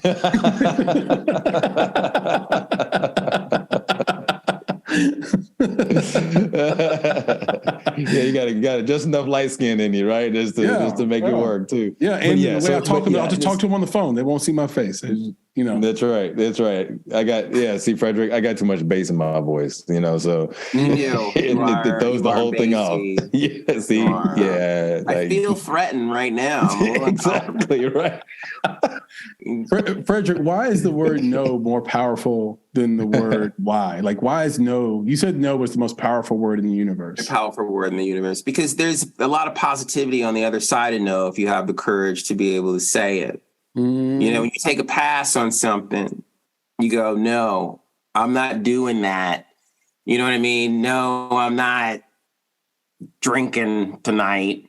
Or no, I'm too drunk to drive my own car, you know, or no, going out with that person might be a bad idea, or no, I'm not riding with y'all tonight. Y'all are kind of a little bit too wild for me. It might not be a good situation, you know, and then you see the positivity on the other side of that. We're like, wow, I'm glad I never dated that person. That person's crazy. Glad I never got in that car. That car got shot up later that night, whatever. Those decisions that you make when you say no are the ones that are the most powerful in continuing to push your life forward. The problem is like when you say yes to things, you start going sideways. Think about all those times you say, yeah, okay, yeah, I'll do it. Yeah, okay. Yeah, I'll go out with you. Yeah, you know, I'm gonna go ahead and like get with this young lady for a hot minute, see what happens. Yeah. And then you're like, oh my God, I regret this. This is such a bad idea. This is so stupid. Why did I do that? Why did I say yes? when I should have said no. Yeah. And we need to learn how to say no, because that is where the clarity is. That is where the divinity is. The divinity is in no, it's not in yes. That's one of the constructs of Western capitalistic Christian culture, where it kind of starts to fall apart, because we're always taught to say yes to things because there's so much opportunity in yes. If you just do this one thing, this door is going to open up and they're going to give you an opportunity. There's going to be all this money and these people are going to do stuff for you and blah, blah, blah. And then there you are, like, bent over something. And nothing is happening that's good for you, and no is extraordinarily important. And I think that's one of the things I admire about Black women have perfected the word no. And that is one of the reasons why right now they're getting ahead. It's about the no they've been saying over this era that we've been talking about, from the vaunted 90s to now. No has been a huge word that they've said over and over and over again. No, no, no, no, no. And initially to their detriment. But now that has evolved into a positive place where we're working in a business now. They don't even care about Black men. They're like, we need a Black woman. We need a Black woman director, writer, producer, showrunner, actors, actresses, whatever. They're not even looking for brothers anymore. For what? For what? They don't think about us anymore because Black men said yes too much to too many things. And they got into that weird space where now they're just freaking cartoons and nobody's taking them seriously and they're being lunatics. Where now Black women are viewed as leaders. Thought leaders. Yeah, the number one. And they're the ones that can get it done. They're the ones that are in control. They're bright. They're intelligent. They're articulate. They know what they're doing. And these Black guys are just like clowns because we said yes too much. Gotta say no. Yeah, a little dangerous to them as well, right, Nick? I like it because, as you're speaking through it, Frederick, it kind of makes me think about the first thing that makes me think of is a no is a way of setting a boundary. Yes. Okay. I like that. Yes. So a no is a way of setting a boundary. So the more no's you give, the more boundaries you create, which therefore defines you. So if I think about myself as a person, as an entity, when you look at me, right, there's a boundary to where I end. Right. Mm-hmm. But if I'm all yes, then how do you define me? Right. If you have no boundary, how would I respect you? If you give me what I want all the time, I'm going to be like, I'm going to run through you, man. Exactly. And if you're all yes, then you can't be all yes for you. Sure. Right. Your yeses might be because you want something you want to be someone else, or you want to go along with something, which does not define the boundaries of who you are. So maybe that's why it's the most powerful word, is because it literally sets the boundaries of who you are and therefore defines you. Yes. Beautifully put. Yeah. I love that. Yeah. And we need to be defined. Oh, exactly. That's one of the things that people miss the mark about men of color. Being defined. Being defined as they spend so much time defining us, and we don't spend enough time defining ourselves. And when we do, we become so incredibly diverse and eclectic and interesting and compelling. And we're not lumped into the same pile. Like, we're three different dudes. It's obvious. Yeah. Anybody that wants to pay attention long enough. But if the cops rolled up on this Zoom, they can't tell the difference. They don't know. No, that's not true. Chris would get away. I'll get away. We keep going back to that joke. I don't think that holds water anymore. I'll always get away. This isn't 1957. He's not skating. And I love it that you bring that up. Somehow he's getting this half pass. It's like half a ticket. He gets a pass, they tear the pass in half. That's right. He's not getting the half pass. He's Puerto Rican. Yeah, There you go. Thank you. Dominican. They're gonna be like, exactly Dominican, right? Like, this is the Puerto Rican guy. You know, exactly. Yeah. I've been pulled over too many times. They can't write me the ticket. Like I've heard them over their walkie-talkies describing me incorrectly, like saying they have a Mexican or they have a Puerto Rican man. And then when they hear me speak, they're so embarrassed by it. They're like, "Oh, we'll let you go." Well, and I haven't shared this before. I don't think maybe I have on this podcast at one point or another, but I remember very vividly getting arrested in my 20s, and I was right by my destination, which was my son's mother's house, and I was literally 8 doors away. And I get pulled over, and I have an expired driver's license, as one does. And, you know something? I don't feel sorry for you anymore. Okay? Everybody knows a black man can't have an expired drive. Right. That's like being a slave without your papers. Yeah. You can't do that. I was trying to slide by on my hat. What is that? You think you're going to squeak by on that? I thought I was. I thought I was light enough. And then I would hit you. so they arrest me. They take me down. They fingerprint me. They do the whole thing with the picture and everything. And then I'm sitting down, and the cops are talking to me, and I'm just telling them everything about my life or whatever. And the cop turns to me so earnest. It was so sweet. It was almost a Hallmark moment. He says, "Man, if I knew you were this smart, I wouldn't have arrested you."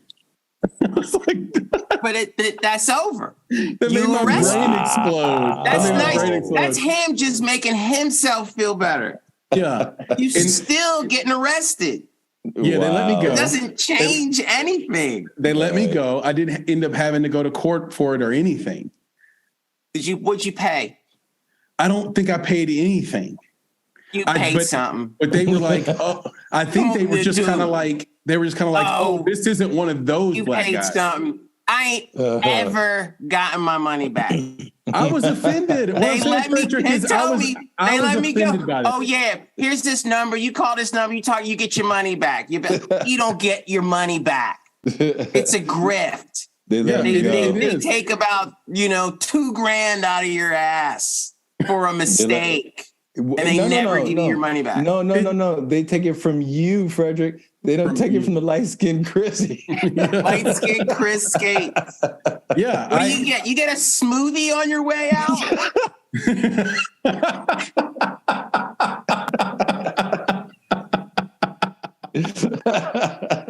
I was still offended even after they gave me the smoothie.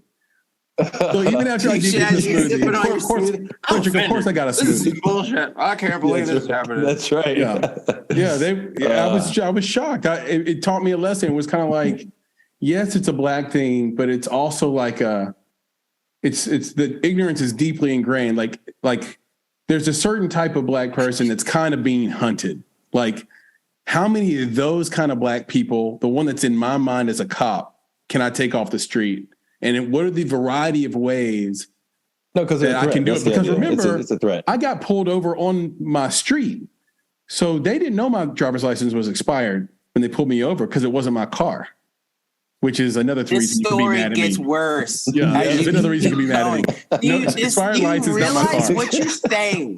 This is like a comedy. It's like a black comedy. Nick and I should be writing this down and just write a script. Okay, I've lived 10 lives. Awesome. I have stories like this all day long. A light-skinned black dude with an expired driver's license that's driving a car that's not his, and he thinks he's gonna get home. Right. It should be like one of those weird indie movies. It all happens in one night. That is a great idea. At 1 a.m. It is. At 1 a.m. Starring Shamar Moore, an aging Shamar Moore. He's too old for the part. Yeah, there you go. But he's the only light-skinned guy in Hollywood we can get. Right. Who's that new dude from Insecure with the green eyes? He's in everything. I know what that. Yeah. Yeah, that guy's we have to get our list of light-skinned black guys that would be available to us. I would like love that casting call. Swing. Me and Nick sitting there drinking out of the same flask there you go, as like right. these light-skinned black guys are coming in to read for this. Let's make it and make sure it costs $100 million. Frederick, it might gross $100 million. Exactly. We need to spend that much if we're going to get a light-skinned guy to be in the movie. White people would love that movie. That would be hysterical for them. We got to do it, bro. We got to figure this out. It's got to be. There's a comedy. They would be yelling. The white people would be yelling at the screen in the movie theater. Oh, he ain't gonna get away with that. I don't believe that. No way. Expired license? Right. Like black people in a horror film when the white girl falls in the woods. Completely. You'd like the reverse of that. What are your predictions, Frederick? Like, we're in 2023 now. What are your film and cultural predictions for this year? And just to get you out of here before, I don't know, tomorrow at noon. Exactly. Tyler Perry is going to make a huge run that's just going to give us all a headache. He's going for it all. He's making this movie about World War II with Oprah and Kerry Washington or whatever. And he's just continuing to bite off more than he can chew.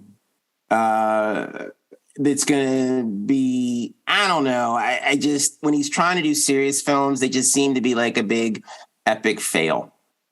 I don't understand why he does them, and he needs to be the director. I think that if he produced them and he brought in great writers and other great directors of color, I think he could create some magic. I think one of the things in 2023 that you might see and write it down is that not the end of Tyler Perry, but sort of that wheezing on the back end where it's like, he needs to diversify a little bit more and get out of his own way and bring in some other talent. He's getting too big to do it all himself. Right. And I find that to be a very serious concern moving forward as well. I think one of the other things, more horror, like 2023 is just going to be the year, just like horror. You know, horror all down your throat. Like, it's just going to be horror movies, and they're just going to make a ton of money, and people are just going to fart out these horror movies, and they're just going to make money, and that's just what we're doing, and we're not gonna really change that as well. And I do think that there's a lot of opportunity that's going to come out of Nashville moving forward as well, on a more eclectic level. I think they're going to start to really give Atlanta a run for their money. And I'm very excited about that too. I know that a lot of people sleep on Nashville, but Nashville has all the pieces to the puzzle to make it work. They check all the boxes. They just need the great creative and the vision and the independent minds. And I just think that Nashville is more open to that than Atlanta is. And Atlanta is just going to continue to circle in this heavily urban world and not really open itself up to new constructs and new ideas or bigger thinking, higher thinking, Black futurism, or just anything other than like stuff coming off the block. And I think as long as they keep doing that stuff, they're going to be where they are. LA is still going to stay on life support. I don't see that changing where there's this really marketable ascension back to glory. I just think it's impossible because there's just so incredibly landlocked. They just don't have their finger on the pulse anymore of what people want to look at, what they want to see, what they're really into. Now, I think that if LA pivots into Asia, if they really brought a lot of influence from Asia, specifically China, Japan, Korea, India, stuff like that, and became like West Coast Asia, they could kill it again. But are they ready to do that? I don't think so. Probably not. And then Dick Wolf will continue to make shows out of Chicago and just make all the money. And just make shows that you'll never watch, but he'll make all the money. I think your dark horse here is New York. back in the Northeast. They're building Netflix studios now in New Jersey. I think that is something to take very seriously. I do believe that the Northeast is going to make a comeback, and it's going to be one of the greatest comebacks in Hollywood history. And I think that they're really going to kind of take back what they lost to the West Coast. I think that's where a lot of this stuff is headed. And I think some of these smaller markets are going to continue to benefit from it, whether you're talking about St. Louis, you're talking about Kansas City, you're talking about, Columbus, Ohio, Cleveland, Chattanooga, Birmingham, Charleston, and places like that as well. There's some Birmingham's another one. There's some really great smaller markets that are happening. And Florida's just going to sink into the ocean as well. Like nobody's going to deal. Nobody's dealing with Orlando. That's dead and is dead. And if you're not working for Disney, there's nothing happening. Or going to Full Sail University. Yeah, we're going to Full Sail University. Exactly. And, Miami's just Miami, and Miami does what it does. But as far as like being an entertainment center, not really. It's an event center. It's a really great place to showcase and floss and post up and a lot of other stuff. But as far as like marketably something that's going to gestate great new creative, and, until Texas gets it together socially and politically, they're effed. Yeah. They got too many people of color there to be trying to keep all those people down. And it's just not going to work out for them as much as people are like, oh my God, Austin's so amazing. Nothing's going to happen because it's like, they don't respect everybody down there. And it's really tough to get it going there, and Dallas is they just waste money because they're just a city in the middle of a state that's really culturally biased. Yeah, and through all these predictions is money and politics, like absolutely money and that's the theme. When you're asking me, what about 2023? Money and politics, it's all going to be tied together. And in money and politics, there's going to be winners and there's going to be losers, and we're going to see who's going to come out on top as winners. And if Nashville can steer clear of a lot of the politics, they can be winners. But if they start tangling themselves in this politics stuff, they're going to choke themselves out. In Tennessee in general, I mean, because you mentioned Chattanooga as well, and there's Memphis, who has like the longest. Memphis is another one. Memphis is a great dark horse. Yeah. If I had all the money in the world, I'd go to Memphis. I'd go to Memphis and run the whole town. Yeah, I mean, it's possible. Indie Memphis, a great festival down there. They've got Miriam Bell, who's as creative director. She's just like a genius. Yeah. And been on the cast and is amazing. But the thing about Tennessee is they have $15 billion of surplus and they won't spend it. And I think if it doesn't happen for Nashville, it'll be because the people in charge of that surplus won't give, 1/10 of 1% of that or something like that to the creators in the indie space to sort of build the crew workforce around it. And they'll try to close shows like Nashville or Bluff City and things like that. I look at California in a similar way, but opposite, Frederick, where it's like they're so in debt as a state, right, that they don't have any more free money to give out, and so therefore they become less attractive to people wanting to pick up everything and move there to be in the industry when they know they can just move to Atlanta. And then New York officials will never freaking admit it. But the exodus from New York over COVID means they have more money per person they've ever had in the last 50 years. And that might drive their comeback. I think that New York is offering companies, you don't have to pay taxes for 10 years if you move your company in New York. New York is going to figure this thing out. And Atlanta is a clown show. It's a clown show. It's an uncreative clown show. Nobody's doing anything there that means anything to anybody except like, oh, they're trying to make some money here. And that's a problem. And in Atlanta, everybody's chasing and following the trends. And the people leading the charge are the people that look like us. Yeah, well, let's make sure we lead the charge. Yeah, and it makes it a very tenuous situation. And so it's not attractive to do anything that's visionary or anything that's indie related. You can't make $1 million, $2 million, $3 million film in Atlanta. Nobody cares because everybody's trying to work on the big money shows. Yeah. So it's difficult to have vision there. So you've got to drop back or fall back into some of the other markets where you can get those kinds of things done, where you can make some meaningful films for $1, $2, $3 million that could gross 20, 30, 40, $50 million, because that is the reality of where we are as people in this business. It's not the big money. We don't get the big money. That is elite space. Only a few people of color are operating in this $100 million and above category. Most of us are in the small indie category. So we've got to make small films and meaningful films that have legs and that have the ability to have reach. And we're not working on that enough with a lot of people, and we're not developing a lot of new filmmakers that want those types of skills. These new filmmakers that are coming along, they want to make like big money, big shows, and they want to hang out and walk on red carpets and hang out with the Kardashians. Or they want to copy the Tyler Perry thing, which is not the thing to do. He is an anomaly. He is an anomaly. He has gotten away with something that we all missed out on.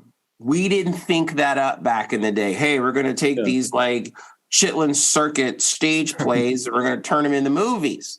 Because if I could get in a time machine and go back 15 years to you guys and be like, hey, I'm doing this Chitlin Circuit thing and I'm making movies, y'all have laughed in my face. Yeah. You'd have been like, get out of my face. I'm not lowering my bar for that.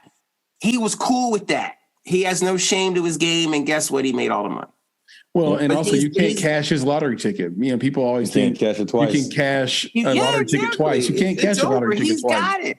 He's building entertainment centers and like condo. He's building a whole, ecosystem on the south end of Atlanta to just rule like a king. And he's building an airport and all kinds of other stuff. Yeah. Is that going to end well? Probably not. He's doing what the Waltons did in Fayetteville, Arkansas. They just that town literally exists because they needed an easier way for executives to fly in. Sure, that's exactly what he's doing. He's Charles Foster Kane. He's Citizen Kane. That is what he's Citizen Tyler. That's what he's doing.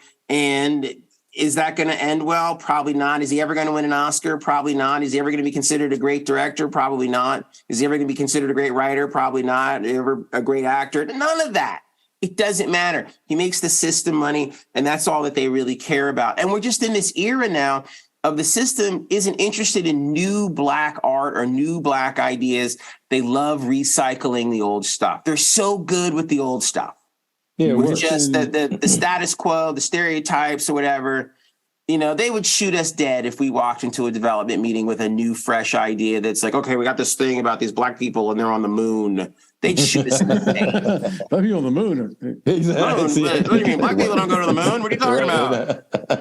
We're trying to do this like hood thing, like whatever. We're trying to get Issa Rae something, or Ryan Coogler's directing Black Panther 6. Yep, there you go. That's what they want. Yeah.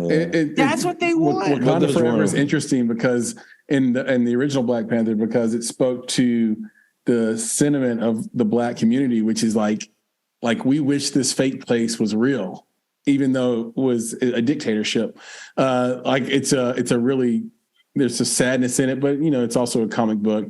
You did mention like turning to Asia, and I spoke to a writer in Canada named Brandon Rhinus yesterday, and he talked about this marketplace called Inktip, where writers are posting their screenplays there, and China is coming in, buying these mostly horror and comedy screenplays, horror screenplays, and maybe action slasher type horror screenplays for like $5,000. And then they're punching them up when they take them to China and making American style movies. So they're already backdooring the system in this really cool way. And those writers have never got money for anything they've written. So $5,000 is an enormous amount of cash. Exactly. Well, especially if they can continue to do it. You make, It's off $5,000. It's off minimum. You just keep making them, but you just keep making them and making that money. Right. Because the thing is that $5,000 is nothing. Exactly. Right. To the folks who are buying it. And then you have to make any of them, make 1 out of 50. Right. That's what they're doing. They're buying it up and then make 1 out of 50. Right. So it's a great. Absolutely right. Yeah. And, Korea's been bleeping us from the back for how long with our music? And they've created an entire genre of Korean pop based on Boys to Men. Yep.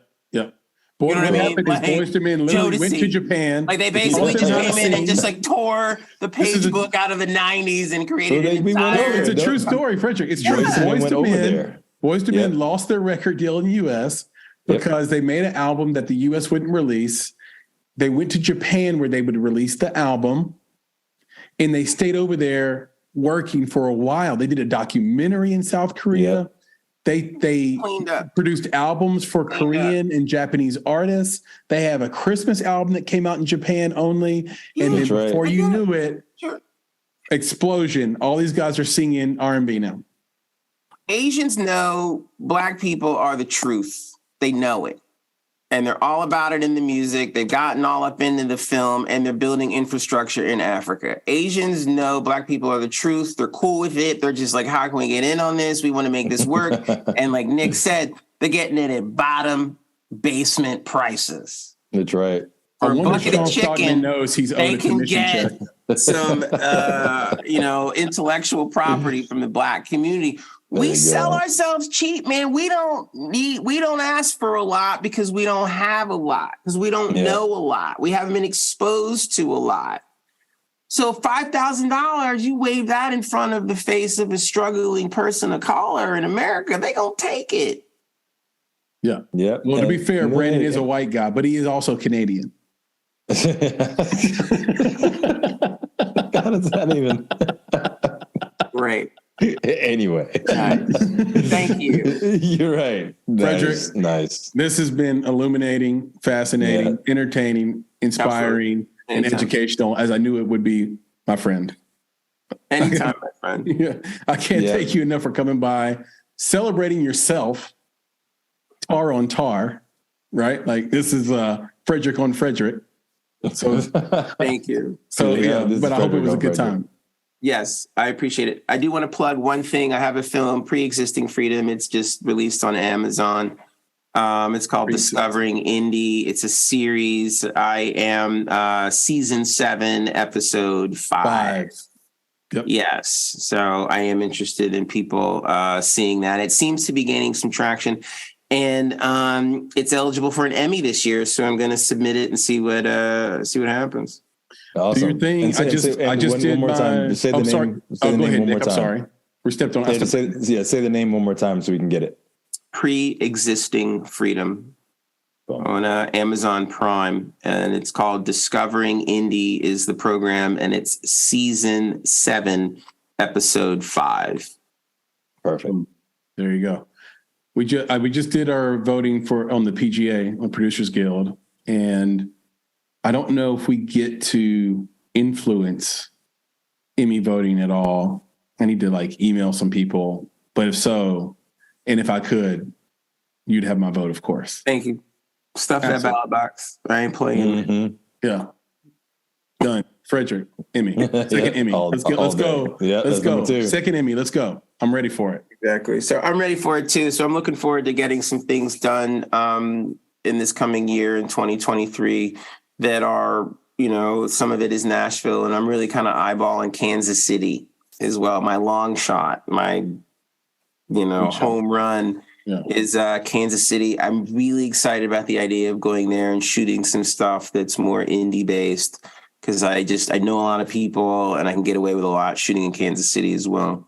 So I'm kind of interested in that too. I want to see what I can do out there as well. But I'm kind of in this scripted, edgy space right now, taking a lot of these documentary sensibilities and cultural sensibilities into scripted and kind of mixing it up culturally. So that's my thing. As you make stuff, man, let us know. Obviously, we're going to keep tabs on you. would love to have you back as a guest on one of these indie talks. And we also have a series that we're going to do a lot of this year called Mistakes in the Making. You might have heard a few of them, but you would just be absolutely perfect for it. Me and Nick step out of the way and you just talk about an experience that you had that made you a better creative, but you couldn't see it at the time. And it's so valuable for the listeners of this podcast and for any creative at any level of experience. To help. It's just me sharing stories about yelling at white people. That's it. That's what we want. And that was actually our working title. And then we regret them all. I regret them all. You don't get anywhere in life yelling at white people. I just want to put that out there. I like for all it. You kids. Sage advice. Yes.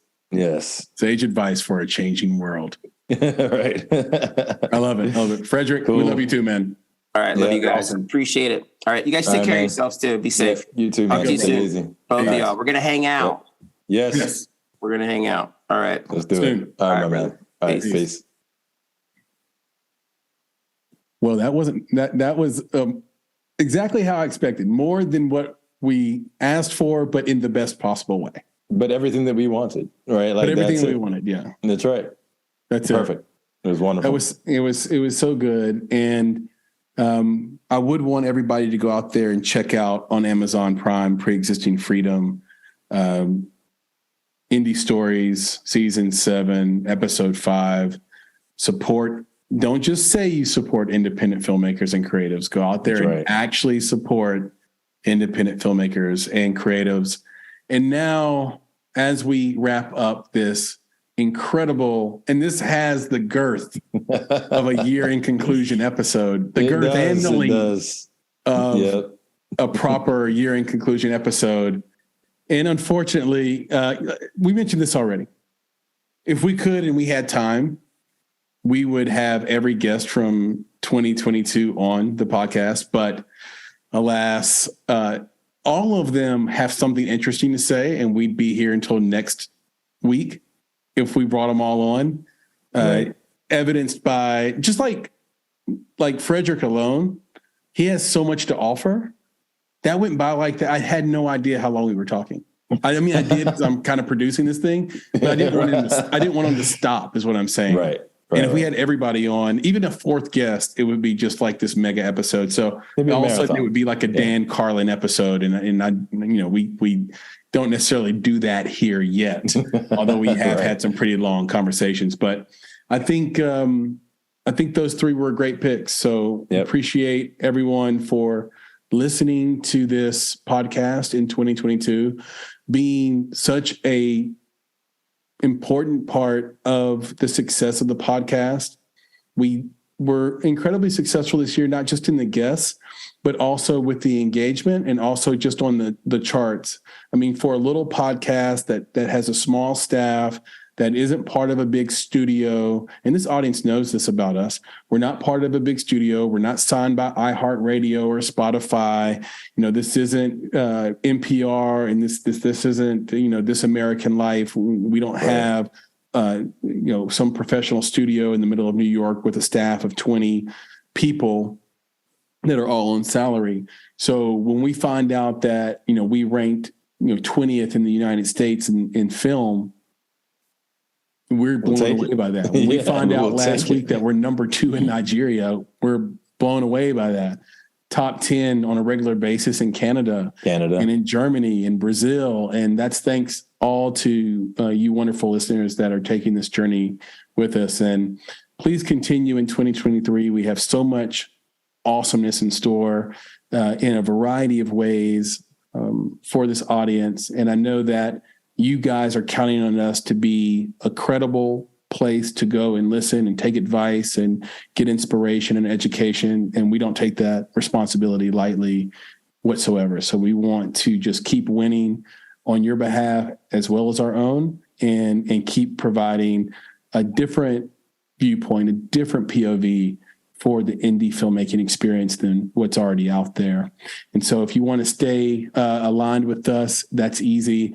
You can do that by finding us on social at _Bonsai Creative on Instagram and on Twitter. You can search for Bonsai Creative or the Make It Podcast on Facebook or TikTok, and we will come right up there. And then our favorite spot is YouTube. Our YouTube page is absolutely gorgeous right now, and it's fun. Sometimes I just go on the YouTube page just to have fun because we have so many cool videos and little things that sort of autoplay when you go there. And it's a good listen and a good watch. So please support us on YouTube, and we'll be just feeding that beast in the entirety of 2023 and beyond. If you want to reach out to us directly with comment, that's easy as well. contact@bonsai.film. Yes, that's an email address. And you can reach out to me directly on Twitter @FlameInYourHeart, or you can just search Chris Barkley. I should just come right up. You can get in touch with Nick directly with all your complaints and suggestions for him at nick@bonsai.film. And if you want to know everything about the Make It podcast and Bonsai Creative, you can go to www.bonsai.film.